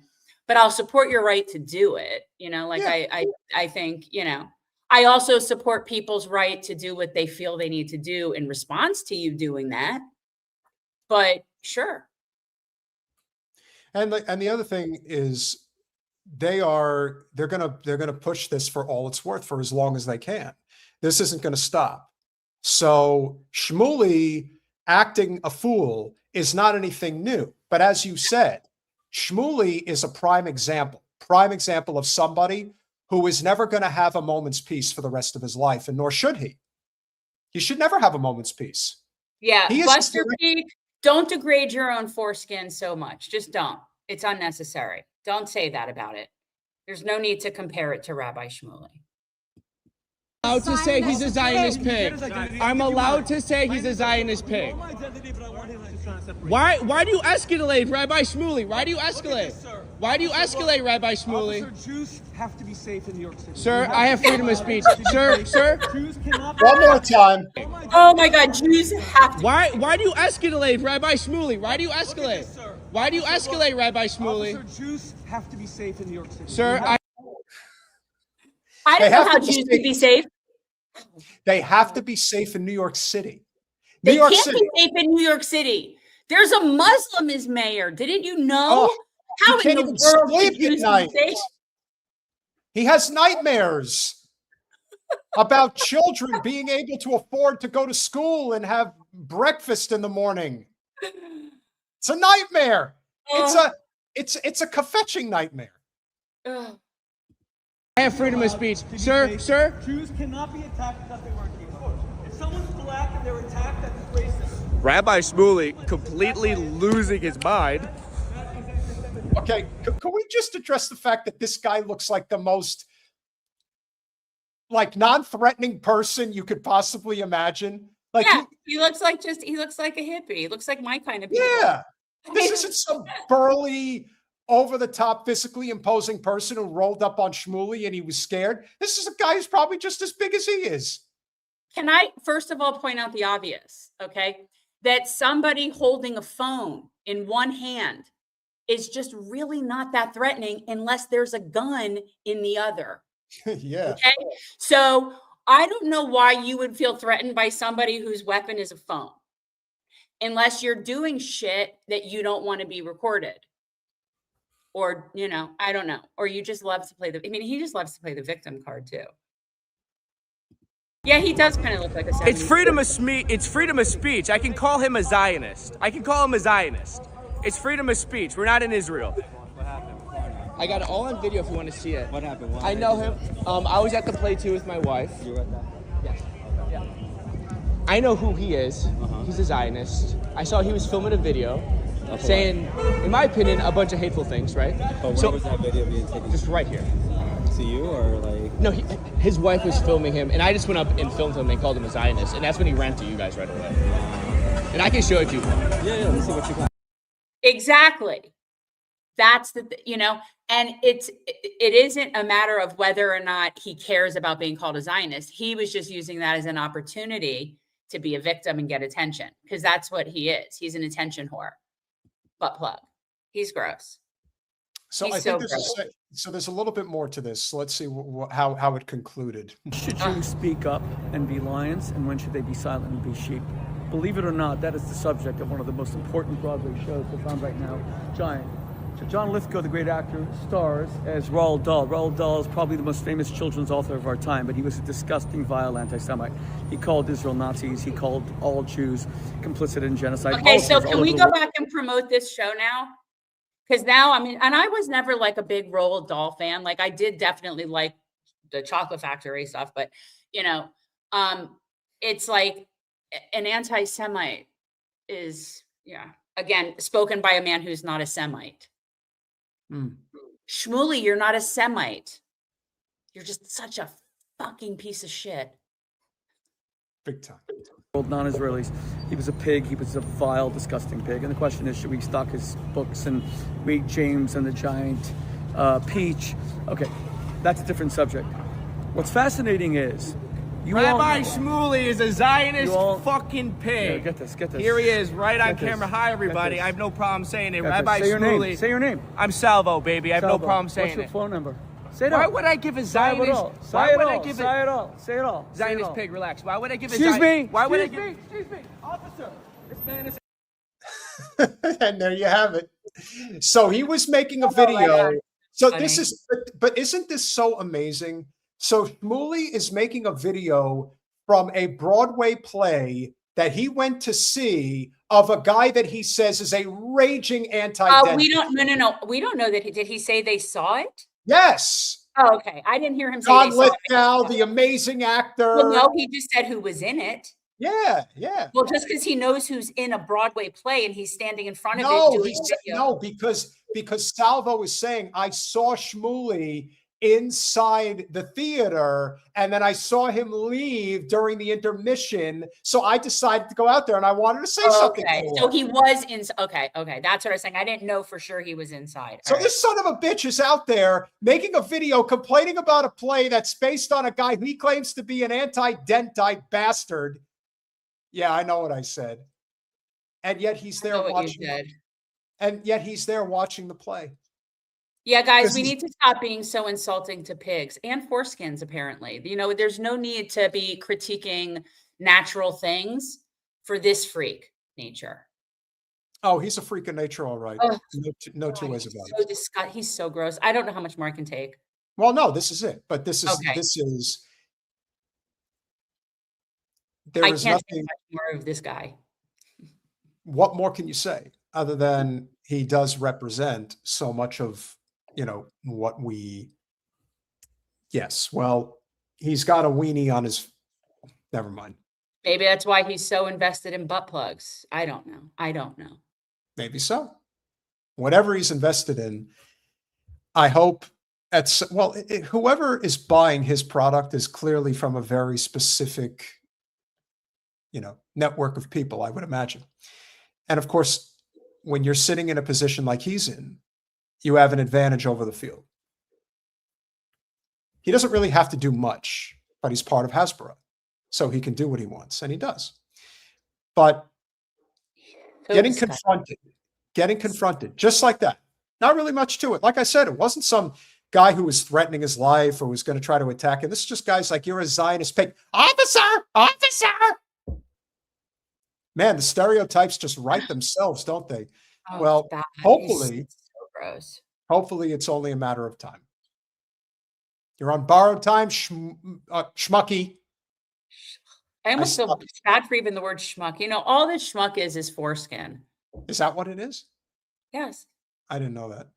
I've told you that before. We've had this discussion. Yeah, the schmuck is the foreskin when it gets removed. Well, then in that case, it's actually a very appropriate name, because one thing we know about certain rabbis, they dig the schmuck. Can you not? They dig the schmuck. And by the way, that's not hyperbolic. I bet you people don't know that.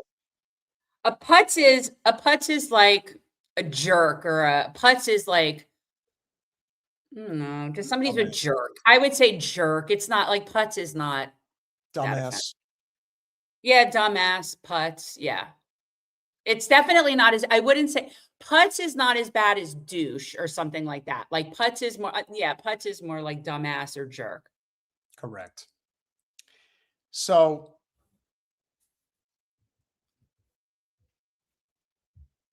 I don't know who here supports AOC, likes her, thinks that she's all that in a bag of chips. Now, we've been saying for a while that what she really is an influencer who's posing as a federal legislator. She is not and the fact that she is a federal legislator doesn't mean that she's any good at what she does, because she's not. She's actually, and I'm not talking about whether I like her or not. I'm only going based on the numbers. And what the numbers say is that she is a terrible legislator. Terrible. Doesn't really get anything done. And she decided to offer a opinion. Colin, can I have that? Can I have the picture screen shots, please? She decided to offer her opinion about what's going on right now. I don't know who AOC's PR people are, who advises her, who tells her what she should say, what she shouldn't say. But what I can say is that she really thinks that people do not remember anything that she says or votes that she's cast. No, well, that's one way of looking at it. So AOC decided. You know what? You didn't say it though. I thought you would have said it. Okay. What were you expecting me to say? The name. Oh, cash. Give me the cash. Damn those eyes. So AOC and googly eyes, being the incompetence that they are. But Alex decided to put out a statement saying today the FBI and the NYPD disrupted a plot by a member of pro-Israel terrorist organization to assassinate Nurdin Kaswani. This is a reprehensible act of political violence. There is no place for it in our city, nor our country. I am thankful Ms. Kaswani is safe and the assailant is under arrest. As you guys know, not yet, Colin, not yet, not yet. Don't start with Colin. As you know, we end up every once in a while getting some really interesting guests on our show. One of the guests was Nurdin Kaswani. If you haven't seen our interview with her, which was from maybe, what would you say, two and a half months ago? Okay, like you're asking me for yes, I'm asking the pothead to remember dates. Have you lost your mind? Trying. I cannot tell you. I know that it's been in the past 2 years. I know that it's been since the Holocaust started. So when Nurdin came on our channel, she mentioned the fact that Batar USA, in conjunction with the Israel Defense League, was coming after her relentlessly. Then she files a lawsuit shortly after coming on our show. And then the other day, somebody attempts to assassinate her that's connected to the organization. What a shock. And so Alex comes out and makes her statement, which of course she had to make. And Anna Kasparian, who is pulling no punches when it comes to Israel, decided to let Alex have it by saying, if you can now scroll a little bit, Colin, you should vote to send more money. You should vote to send Israel more money for weapons. Wink. Yeah. Yeah, that didn't sit well with Alex. Facts is facts, though. And Anna wouldn't do that if she didn't have the receipts. Now, I do remember Alex ultimately signing shit where money did go to Ziohel. I know that. Yeah, so I wouldn't say, because I don't know the exact bills, and I don't you remember the time that I went up to Alex on the floor and told her that you better change your vote, or you're going to have a lot of problems. And then she started crying in Barbara Lee's arms. This is what I know, is that, and whatever your thoughts about Anna Kasparian, I've not met her. I've had certain issues about things she said before, but at the end of the day, if she puts that out, she has the receipts. Yep. So that means that Alex is lying. That's what I know. So the person who claims to be a federal legislator decided to act like a mean girl, which you've insisted for the longest time, Jen. Oh, she was on Christmas. That's right. You have always insisted that AOC is a mean girl. And I agree. I agree that she is. And here's more proof. Please scroll, Colin. I never have. Feel free to continue lying publicly, though. Those checks don't cash themselves, and you aren't talented enough to be relevant with the truth. First of all, the idea that a federal legislator would talk to a content creator like that, in my opinion, if this was the Tip O'Neill Democratic Party, he would tell her to get lost. Because that type of shit doesn't fly. That is as unbecoming of a federal legislator as you could possibly imagine. But again, it gets back to what we've been saying. She's not a federal legislator. She's an influencer masquerading as a federal legislator. Alex, I don't know if she ever would watch our stuff. I don't know. And I've always said this. So I'm somebody in her orbit's watching it. Look, I'm old enough to be her mother, and I gave her grace for a very long time for a lot of reasons. Namely, when she got into this, her brain was only just starting to be fully developed age-wise. And now I'm so past that with her, because now I feel like she has become like a parody of what she was supposed to have actually been. And it's really unfortunate and just so wasteful of an opportunity and so shameful. But for her to lower herself, and yes, I do think to some extent, when you're in a position where you're an elected representative, you're there to represent New York, your district. You're there to represent your people of your district and do what they need you to be doing.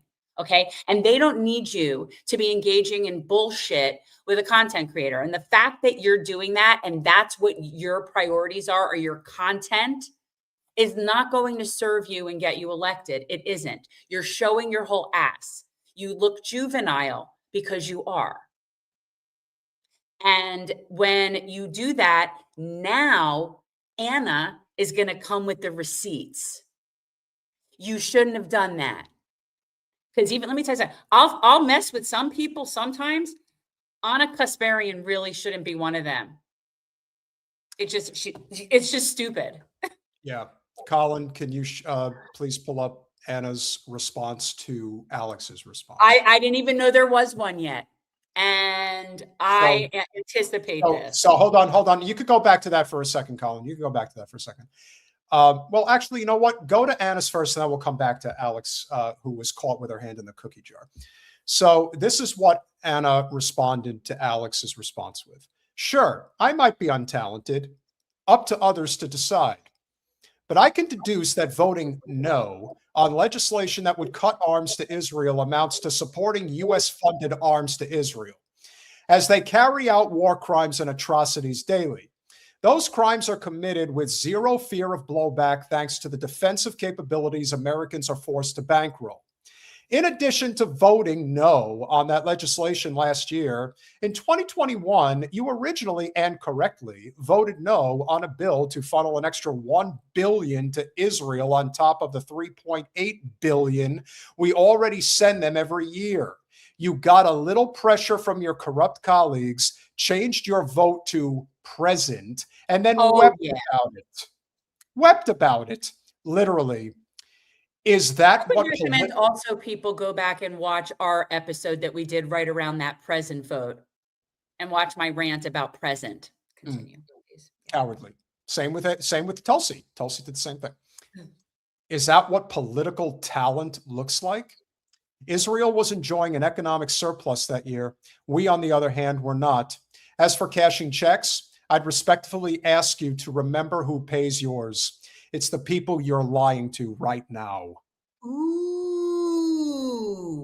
Ouch. Ooh. As I said, I would not get into the water with Anna. First of all, Alex, and I say that seriously as somebody that I'm trying to be as gracious as possible.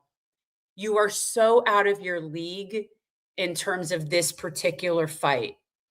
You don't want that. So out of your league. It ain't Ted Cruz that you're arguing with. And even then, I remember a time, Alex, when Ted Cruz wanted to break bread with you on an important issue regarding military spending. that he was willing to try to talk to you, and you decided to insult him instead. No, when you're a federal legislator and a dumb fuck like Cruz comes to you looking to score some points, hey, if it means getting some important, tangible legislation passed, that's what your job is. That's why the Senator for Vermont is known as the Amendment King, because I could do legislation with John McCain, even though we disagree on just about everything else, but we did a lot of good work for the veterans of this country. And that's the difference. I don't know that she would come on our show. I don't think she would. We could ask her, but I don't think she would. And for somebody who was talking about Katie in the chat being another really good person, yes, she is. And guys, I'm going to try to get her on sooner rather than later to talk about this Cuba flotilla she just went on. Yes, and Ryan Grimm was there with her as well, and so was Jeremy Corbyn. So we don't have to show the responses. You can imagine what they've been. Overwhelmingly behind Anna and against Alex. Alex has her sycophantic supporters, but the people who really know the score, and one of my favorite X accounts, Z Squirrel is one of the very best and always brings the receipt, shows that Alex is a liar on this. I think I'll just, that's funny. So Colin, tell Mehdi, explain to Mehdi why Anna probably wouldn't come on our show. Give her at least a couple of the reasons, and there are several. Because Anna decided to disparage Aaron Mate for doing real journalism when it came to what was going on in Damascus and whether or not Bashar al-Assad was dropping chemical weapons on his own people. We saw. I made a graphic. Yeah, and called her. I made a graphic and called her a snowflake princess, but it was really regarding this one issue. But I will say that there have been so many times that we've talked about her in much more positive than that one time. Like, I've definitely covered her much more positive than that negative, truthfully. But that's not why I don't think she would come on. The reason I don't think she would come on is, one, she's very busy. She really is. She's busy, and this is like her livelihood. Yeah. And we are kind of small potatoes. And she just, I don't know. I just don't. I just don't think she would. Now, this was a few years ago, so obviously things have changed. But hey, like I said, it's kind of like with Assad. It would be the same thing with Anna. Okay. And I know she did, which is then, and when she did, I think, I don't know if I said it just to you, Peter, or if I said it on the show, but I said, I wonder if now she'd be okay with me. Like, I don't know, because that was the thing that I called her out on, was how she talked about and to Aaron. And Anna responded, and she did not like what Jen did. So, hey, you know what? No, she was pissed. And again, we're not here to it's if we're friends, we're friends. Again, for example, Grumbine is a friend of yours. I would consider Rothbone a friend. Like, I would hang out with Andrew. But that's not what this world is. This is not what it's designed to be. We're here for truth and justice. And there are people who refuse to say things about certain people because, well, they're my friend and I don't want to offend them. It's like, that's not what this is about. Yes, she did. And she publicly apologized. Yes. So there you have it. And when that happened, I was very quick to say that I was very impressed with that. So, again, I have respect for her. I think that she, again, if she does the work and has the receipts and she just, listen, we would have a conversation with Anna, absolutely. And then absolutely. I just don't think she would. And again, I don't think it would be for any mean reason or I don't think that. I really don't. I think it would just be a matter of, it wouldn't necessarily be really worth it for her. We'll see. It's just that simple. Yeah. Colin, if you would. So I don't know if it was Z-Scroll who pulled this up or not, but this is from, that was it. You had it. This is from a year ago. Marjorie Taylor Greene's amendment does nothing to cut off offensive aid to Israel, nor end the flow of U.S. munitions being used in Gaza. Of course, I voted against it. What it does do is cut off defensive Iron Dome capacities while allowing the actual bombs killing Palestinians to continue. Are you actually suggesting that the bombs that are being dropped on Gaza has anything to do with the Iron Dome? Is that what you're saying? I don't know. And as you could see how badly she got ratioed on this tweet, because Marjorie Taylor Greene brought forth an amendment to basically cut off aid to Israel. And Alex voted against it. And here she is making up her stupid, bubble-headed excuse about why it wasn't a good bill. She just cannot get out of her own way. And she's never going to, because she, in some half-baked way, actually thinks she's presidential material. There are people who blow enough smoke up her ass to make her think that she's presidentially capable. They really do. I know. And here's what's really funny about that. And I see you guys all going back and forth about the different things about Anna Kasparian. Again, it's neither here nor there. I don't have things where I just like people for every single thing, or I don't like them for that's just not how it works. It's not how it works. I respect people that put in work, and I don't have to agree with them on everything. It's adulting. It's really not hard. Yes. But here's the thing that's ironic about all of this. Okay. Despite all of what we're all saying as to between Anna Kasparian and AOC, I would vote for Anna Kasparian before I would vote for AOC for anything. Sure. In terms of maturity, judgment, level of work and effort and research that put in. And yeah, you're never going to agree with everything about somebody, but yeah, in terms of someone who's smart enough to be an executive person. Oh yeah. Alex is so out of her league. And if we could just point out here, this is the end of Alex's statement. I have long stated that I do not believe that adding to the death count of innocent victims to this war is constructive to its end. That is a simple and clear difference of opinion that has long been established. I remain focused on cutting the flow of U.S. munitions that are being used to perpetuate the genocide in Gaza. It is not a war. It never was a war. Israel doesn't fight wars, just like it has been brought to our attention that Israel has no intention of sending soldiers to Karg Island with the United States. They're on their own. You go fight it. They don't have them to send. They don't have them to send. They are having such problems internally in the IOF. They are falling apart. They are imploding. Good. And it's happening. Oh, absolutely. It's happening to them militarily. They're spread so thin.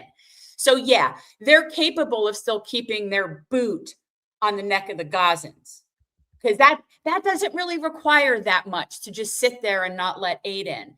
But between South Lebanon, what they've got going on in Syria, the fact that they've got so many, what we call them conscientious objectors, there we call them refuseniks, but they don't have the manpower. They just don't. They're only strong when they're beating up on women and children and unarmed people. That's their thing. I want to say something to Zoe. If Anna Kasparian is right wing, or anybody's right wing, again, I don't care if you're right wing. Anna is not right wing. I care if you're a neocon. I care if you're pro-war and anti-American, anti-healthcare, anti-education. There are people who have different philosophies. Thomas Massey is the best example of somebody Then who... I don't know what somebody's idea of right wing is. She defended Trump. You know what? We are not using Trump as a barometer for whether or not people are right wing. Again, could she have been defending Trump on one specific point? Exactly. Anna has never supported Trump and never would. But the point is, a person can be wrong, or the consensus against somebody could be wrong on a specific issue. You know, broken clock, right twice a day. It's just as Amar says, which is true. And then you take it a step further, which is, where do they stand on Israel? If she says she's right wing, then so be it. I've been watching Anna Kasparian for many, many years. Same. And you could say a lot of things, but I would never consider her takes to be what would be traditionally right-wing takes. Sometimes libertarian takes, Sure. Sometimes maybe what would be more old school conservative takes potentially. Yeah. But right wing? No, no, no, no. Anna supports women's right to choose. Anna is against these wars. Anna is like, no, that is not right wing. Just no, she could call herself whatever. Who knows why she said that? I don't know. And in the end, this is the key point, because this is what our fight is about. And that's what brings the whole conversation full circle for the evening. We are here to do everything in our capacity to break the Zionist stranglehold over our country. That's our job. And that is what we can control. And if we could do anything to help our friend over in Gaza, we will do that as well. That's our job. I don't know what to do for him. I don't know what to do for him. It's like there's nothing. How I don't know. I don't know what to do for them. Before we go, you had this, I guess, this video. Yes, this, and we can't end on this because this is sad. So we're going to have to come back and then have something, at least come up with something that's not sad. Find something that's not sad. Well, no, we can do this, but then we have to go to super chats. So okay, so we can do this. So I just wanted to share something that came up on my Instagram today that is simultaneously heartbreaking and beautiful at the same time. Like I can't even. So like, and this is something that came up that happens. It's in Gaza. It takes place. It's just a Instagram video that somebody posted on one of the feeds I follow. And I just found it very, very touching. And so I just wanted to share it with you guys. Okay. Okay, so this, I just want to say before you play it, this is just little kids playing right now, just playing in Gaza.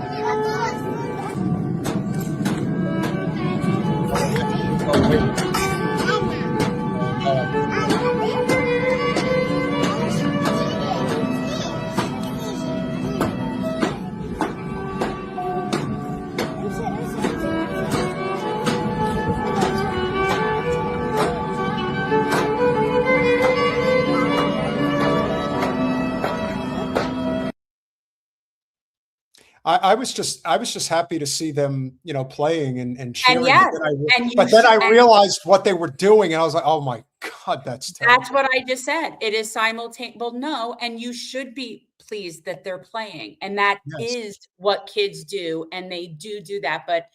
And it is, it's heartbreaking. It's heartbreaking. Never growing up when like we would play hospital or play like we'd have like the pretend doctor kits or whatever that stuff, right? And it was never so heartbreaking to watch something, but that to me was just, and it's like I do feel happy that they're able to find joy in play. I do. And that that's what they're mirroring and that's how they're playing is just very So I wanted to share that because it was, I thought, very deep. Like it was a very profound thing. Have you told the Zionists to go to hell today? If you haven't. If you haven't, maybe you should. For the last time, please go over to patreon.com/revolutionary change. For as little as $5 a month, you can become a supporter of our small but mighty, despite suppressed and still growing channel. We want to also give a shout out to our remaining contributors for the evening because we do have more. Let's give a big shout out to Alex Scott Mittens with the $2. You guys hit it out of the park. Thank you. Thank you, brother, for always supporting our channel. Tropical Crazed. I dig the name. Thank you for becoming a YouTube member. Really appreciate it. Look how cute she is. Look how cute she is. Okay. Angry Bird with the £5. Now I know that's not him, so he's, we don't know if he has got good taste. Love it could be a woman. It's true. Love you to have low key. Yes. Also, aka Kareem Dennis. Is that somebody we could get? I mean, I know that it's is that a rapper? Pretty well known. Rach, if you want to look into that. Isn't he a rapper? Yeah. or hip hop or whatever. I don't ever want to be offensive with it, guys, but I really don't know that genre. Yeah. No, he is a hip hop artist, but he's very Okay. pro-Palestinian, like extremely. Yeah. No, I know the name as an ally. I just didn't remember what his thing was. Yeah. Libertarian Social Dem with the 4.99. Lila Zio Rose was silent on this Palm Sunday issue in the Holy Sepulchre Church, but instead posted anti-Muslim propaganda. Carrie is a real Catholic. Yeah. No, I'm not Carrie? sure. I know who Carrie is, and I'm not sure if I know who the other one is. I'm assuming like content people. Probably. Right. Listen, a lot of people do things for clout. That's a big part of it. Libertarian Social Dem with the 1.99. Who should win CUNT of the year, Jen? Amy, Mech, or Loomer? I'm not sure who's Amy Mack. Which one is that? Yeah, I'm not sure either. I'm not sure who that is, but oh, Laura Loomer. Yeah. Yeah, I could see that being a cause for me to end up in a legal situation at some point. Like I don't want to do that. I really don't. I don't like feeling like that. I don't like feeling angry and violent and wanting to hurt people. I hate feeling like that. I think she's I'm a pothead. Like I'm chill. I don't want that. I can see cows from this window. I don't want to feel angry. She has a way of making people very angry. Oh. Alex Scott Mittens with the $2. We just learned Maduro was born in Colombia. How nice. Libertarian Social Dem with the 1.99. Texas Governor Abbott. Noahide laws, but demonizes Sharia law. Again, it's all about your donors. Who do you answer to? That's what it comes down to. Agreeable. Thank you for gifting one Revolutionary Change membership. Really appreciate it, my friend. Agreeable.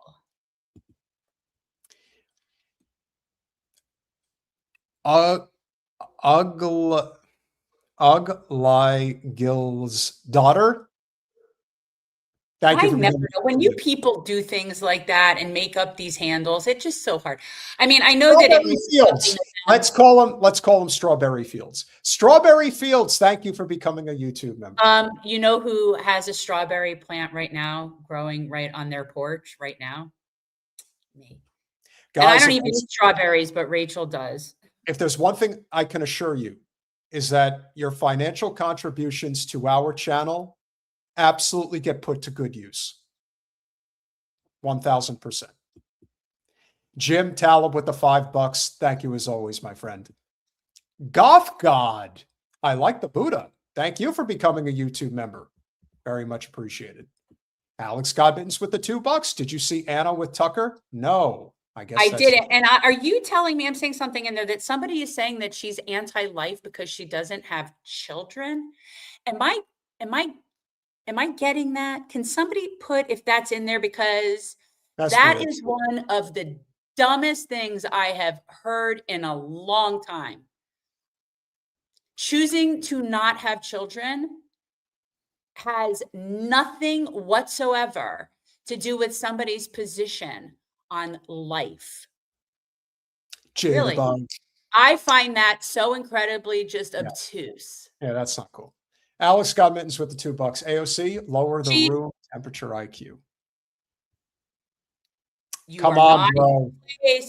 This is someone who's been in here. Let me tell you, America First, I like that you want to hang out here, but you are not going to go there. She is not pro-abortion. Got to stop. Nobody is pro-abortion. That does not exist. That's actually, now that might be the dumbest thing that I've heard in a long time. Being pro-abortion because you're pro-choice. It's called mind your fucking business. Mind your fucking business. And that's libertarian if ever there was. Duly noted with the $5. FDR didn't serve almost 3 terms as president by dividing people up. No, he served more than 3 terms. He served 3 terms and 4 months. That's how he did it. And yes, that's true. But he did things that the country needed. He also did a lot of bad things too. Can't have the good with the bad. Alex got mittens with the $5. Kasparian is anti-life like Milikowski and a Soros. Anna is not on the right. You guys, Can we stop fighting about Anna Kasparian? I feel like you guys are so bad for like our both of whatever our relative ADD would be for me and Peter. Like you guys, we bring it up for the point we bring it up, and then whoever it is, and they will not stop going off about this person. It's so ridiculous, but it's like, people, stop it.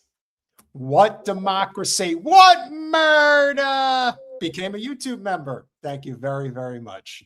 And Alex got mittens with the $2.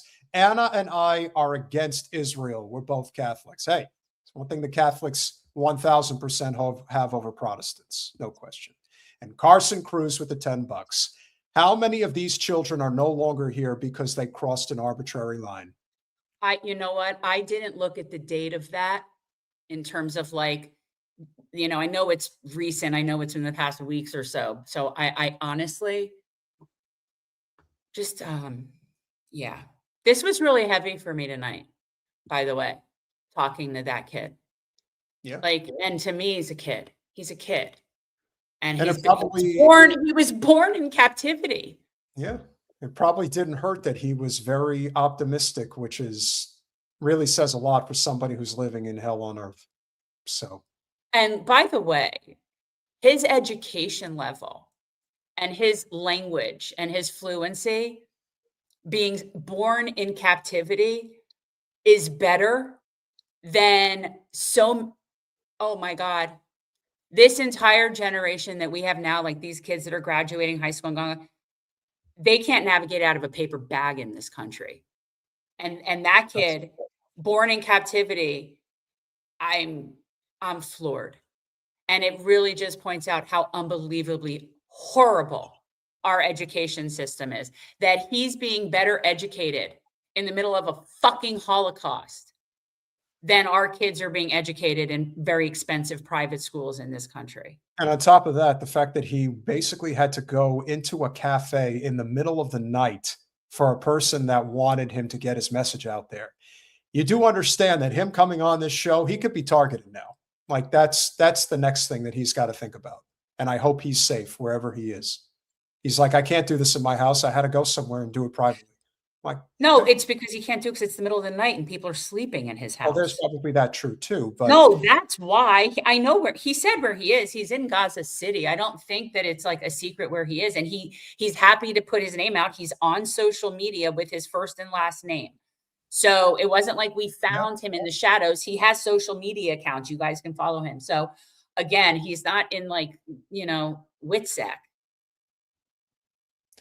Well, we do what we do because we believe in the cause that much. It's cost me, it's cost a lot of us, and we're going to keep speaking truth to power. So smash that like button, share, subscribe, do all those things that we ask you to do. Do we have a guest for Thursday already? Rachel, I don't know if we do.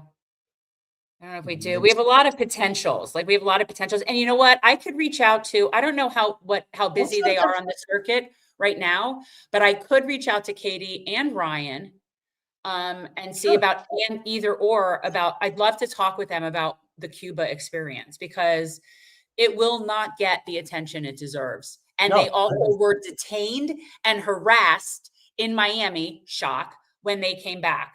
Was Medea with them or was she there with a separate group? Because I know she was there too, but I don't know if she was with them. I saw Katie's photos Katie and I are friends on Facebook. So same. On Instagram. Some of those photos that I guess she had taken personally, because that's where I was able to see the photo with her and Jeremy Corbyn. And she took obviously Ryan was there with her. I saw that too. If we could have them on Thursday, that would be ideal. So let's see. I'll reach out. I'll see what I could do. But I wasn't sure if I know Medea was just there and I don't know if she was with that group, but I know she was just there with something. I think there was a big group that went. There were a whole bunch of journalists that went. Yeah. It's a very big group bringing in supplies. I also want to thank you guys for your amazing support. Obviously it's it's a bumpy road for sure. And it's very inconvenient to have to go through what I'm going through right now. But like I said, I'll be fine. And the continued support of our channel and spreading the word means a lot. And it's helpful. What you guys are doing is very helpful. Seriously, I mean, it is financially helpful. it's helpful for both of us. It's, it's appreciated for sure. It is. And, we do our best to take care of the people that help us and help do this show. But yeah, we've had Medea. I could ask Medea too. That's why I'm trying to figure out if she was on that, if she was on that thing. But I know that, Medea is just incredibly spread thin. Yes. And she was on not that long ago. I try to spread out asking Medea for things because I'll text her randomly. Well, we have not had Ryan on in a long time. So I think Ryan I would could be ask great. Ryan. So ask Ryan, and then if Ryan comes, let's see if Katie wants to join as well. That'd be cool. Okay. And again, and these are people that have a lot of things on their plates. So it's not like And yes, guys, we are trying to get Abby Martin. We've been trying to get Abby Martin for a long time. And Ryan, we might see, that's the other thing. Ryan has littles. Yeah. Ryan has, or at least a little. And so he might not. Come on early. Like we did I'll ask. I would love to talk to Abby Martin. I love Abby Martin. I've loved Abby Martin since before I ever knew Peter. Like, I've loved Abby. And the thing is this, we would love to talk to her. We've communicated with her people, but right now she has put out an amazing documentary, Earth's Greatest Enemy. I have not seen it. I am going to watch it. I will be a supporter. Hopefully someday I'll get her to sign something. But at the end of the day, she's very, very busy. But yes, we would love to talk to Abby. In fact, I would love to talk to Abby, and I want to talk to her husband. I want to talk to both of them. And Bassem Youssef, want to talk to him. I'd be happy. Look, yes, but no, Abby is definitely on my guest bucket list. I've liked her and admired her for a really long time. Yes, it's Katie Halper and Jeffrey Sachs. We'd love to have Jeffrey Sachs on again. If you guys any help getting their attention, if they want to come on the show, obviously it would be great. So with that being said, guys, send suggestions. Don't put them in the chat. If you have suggestions, send them to admin@revolutionarychangenow.com. And then Rachel can sift through them and put shows together and get good guests. We've had Sabby. We love Sabby. Candace would not come on our show. I don't know. If I don't think Anna would come on our show, I sure as hell don't think Candace would come on our show. Candace and I have a mutual, so we'll see. Yes, Abby is married to Mike Preisner, and I am a big fan of his. I have admired him for a really long time. He is, yes. When I didn't know they were married until it had been a couple of years since I had known who both of them were individually. And when I found out they were married, it was kind of like when a couple I really like on my story gets married. You know what I mean? Because I don't know them. But I really like them, and it makes me happy that they're So if we could get them both together, it would be real. That would be awesome sauce. A political marriage that makes sense. Smash that like button, share, subscribe, do all those things we ask you to do. We love you all. We appreciate you all, and we'll see you Thursday. Free Palestine. Good night, guys.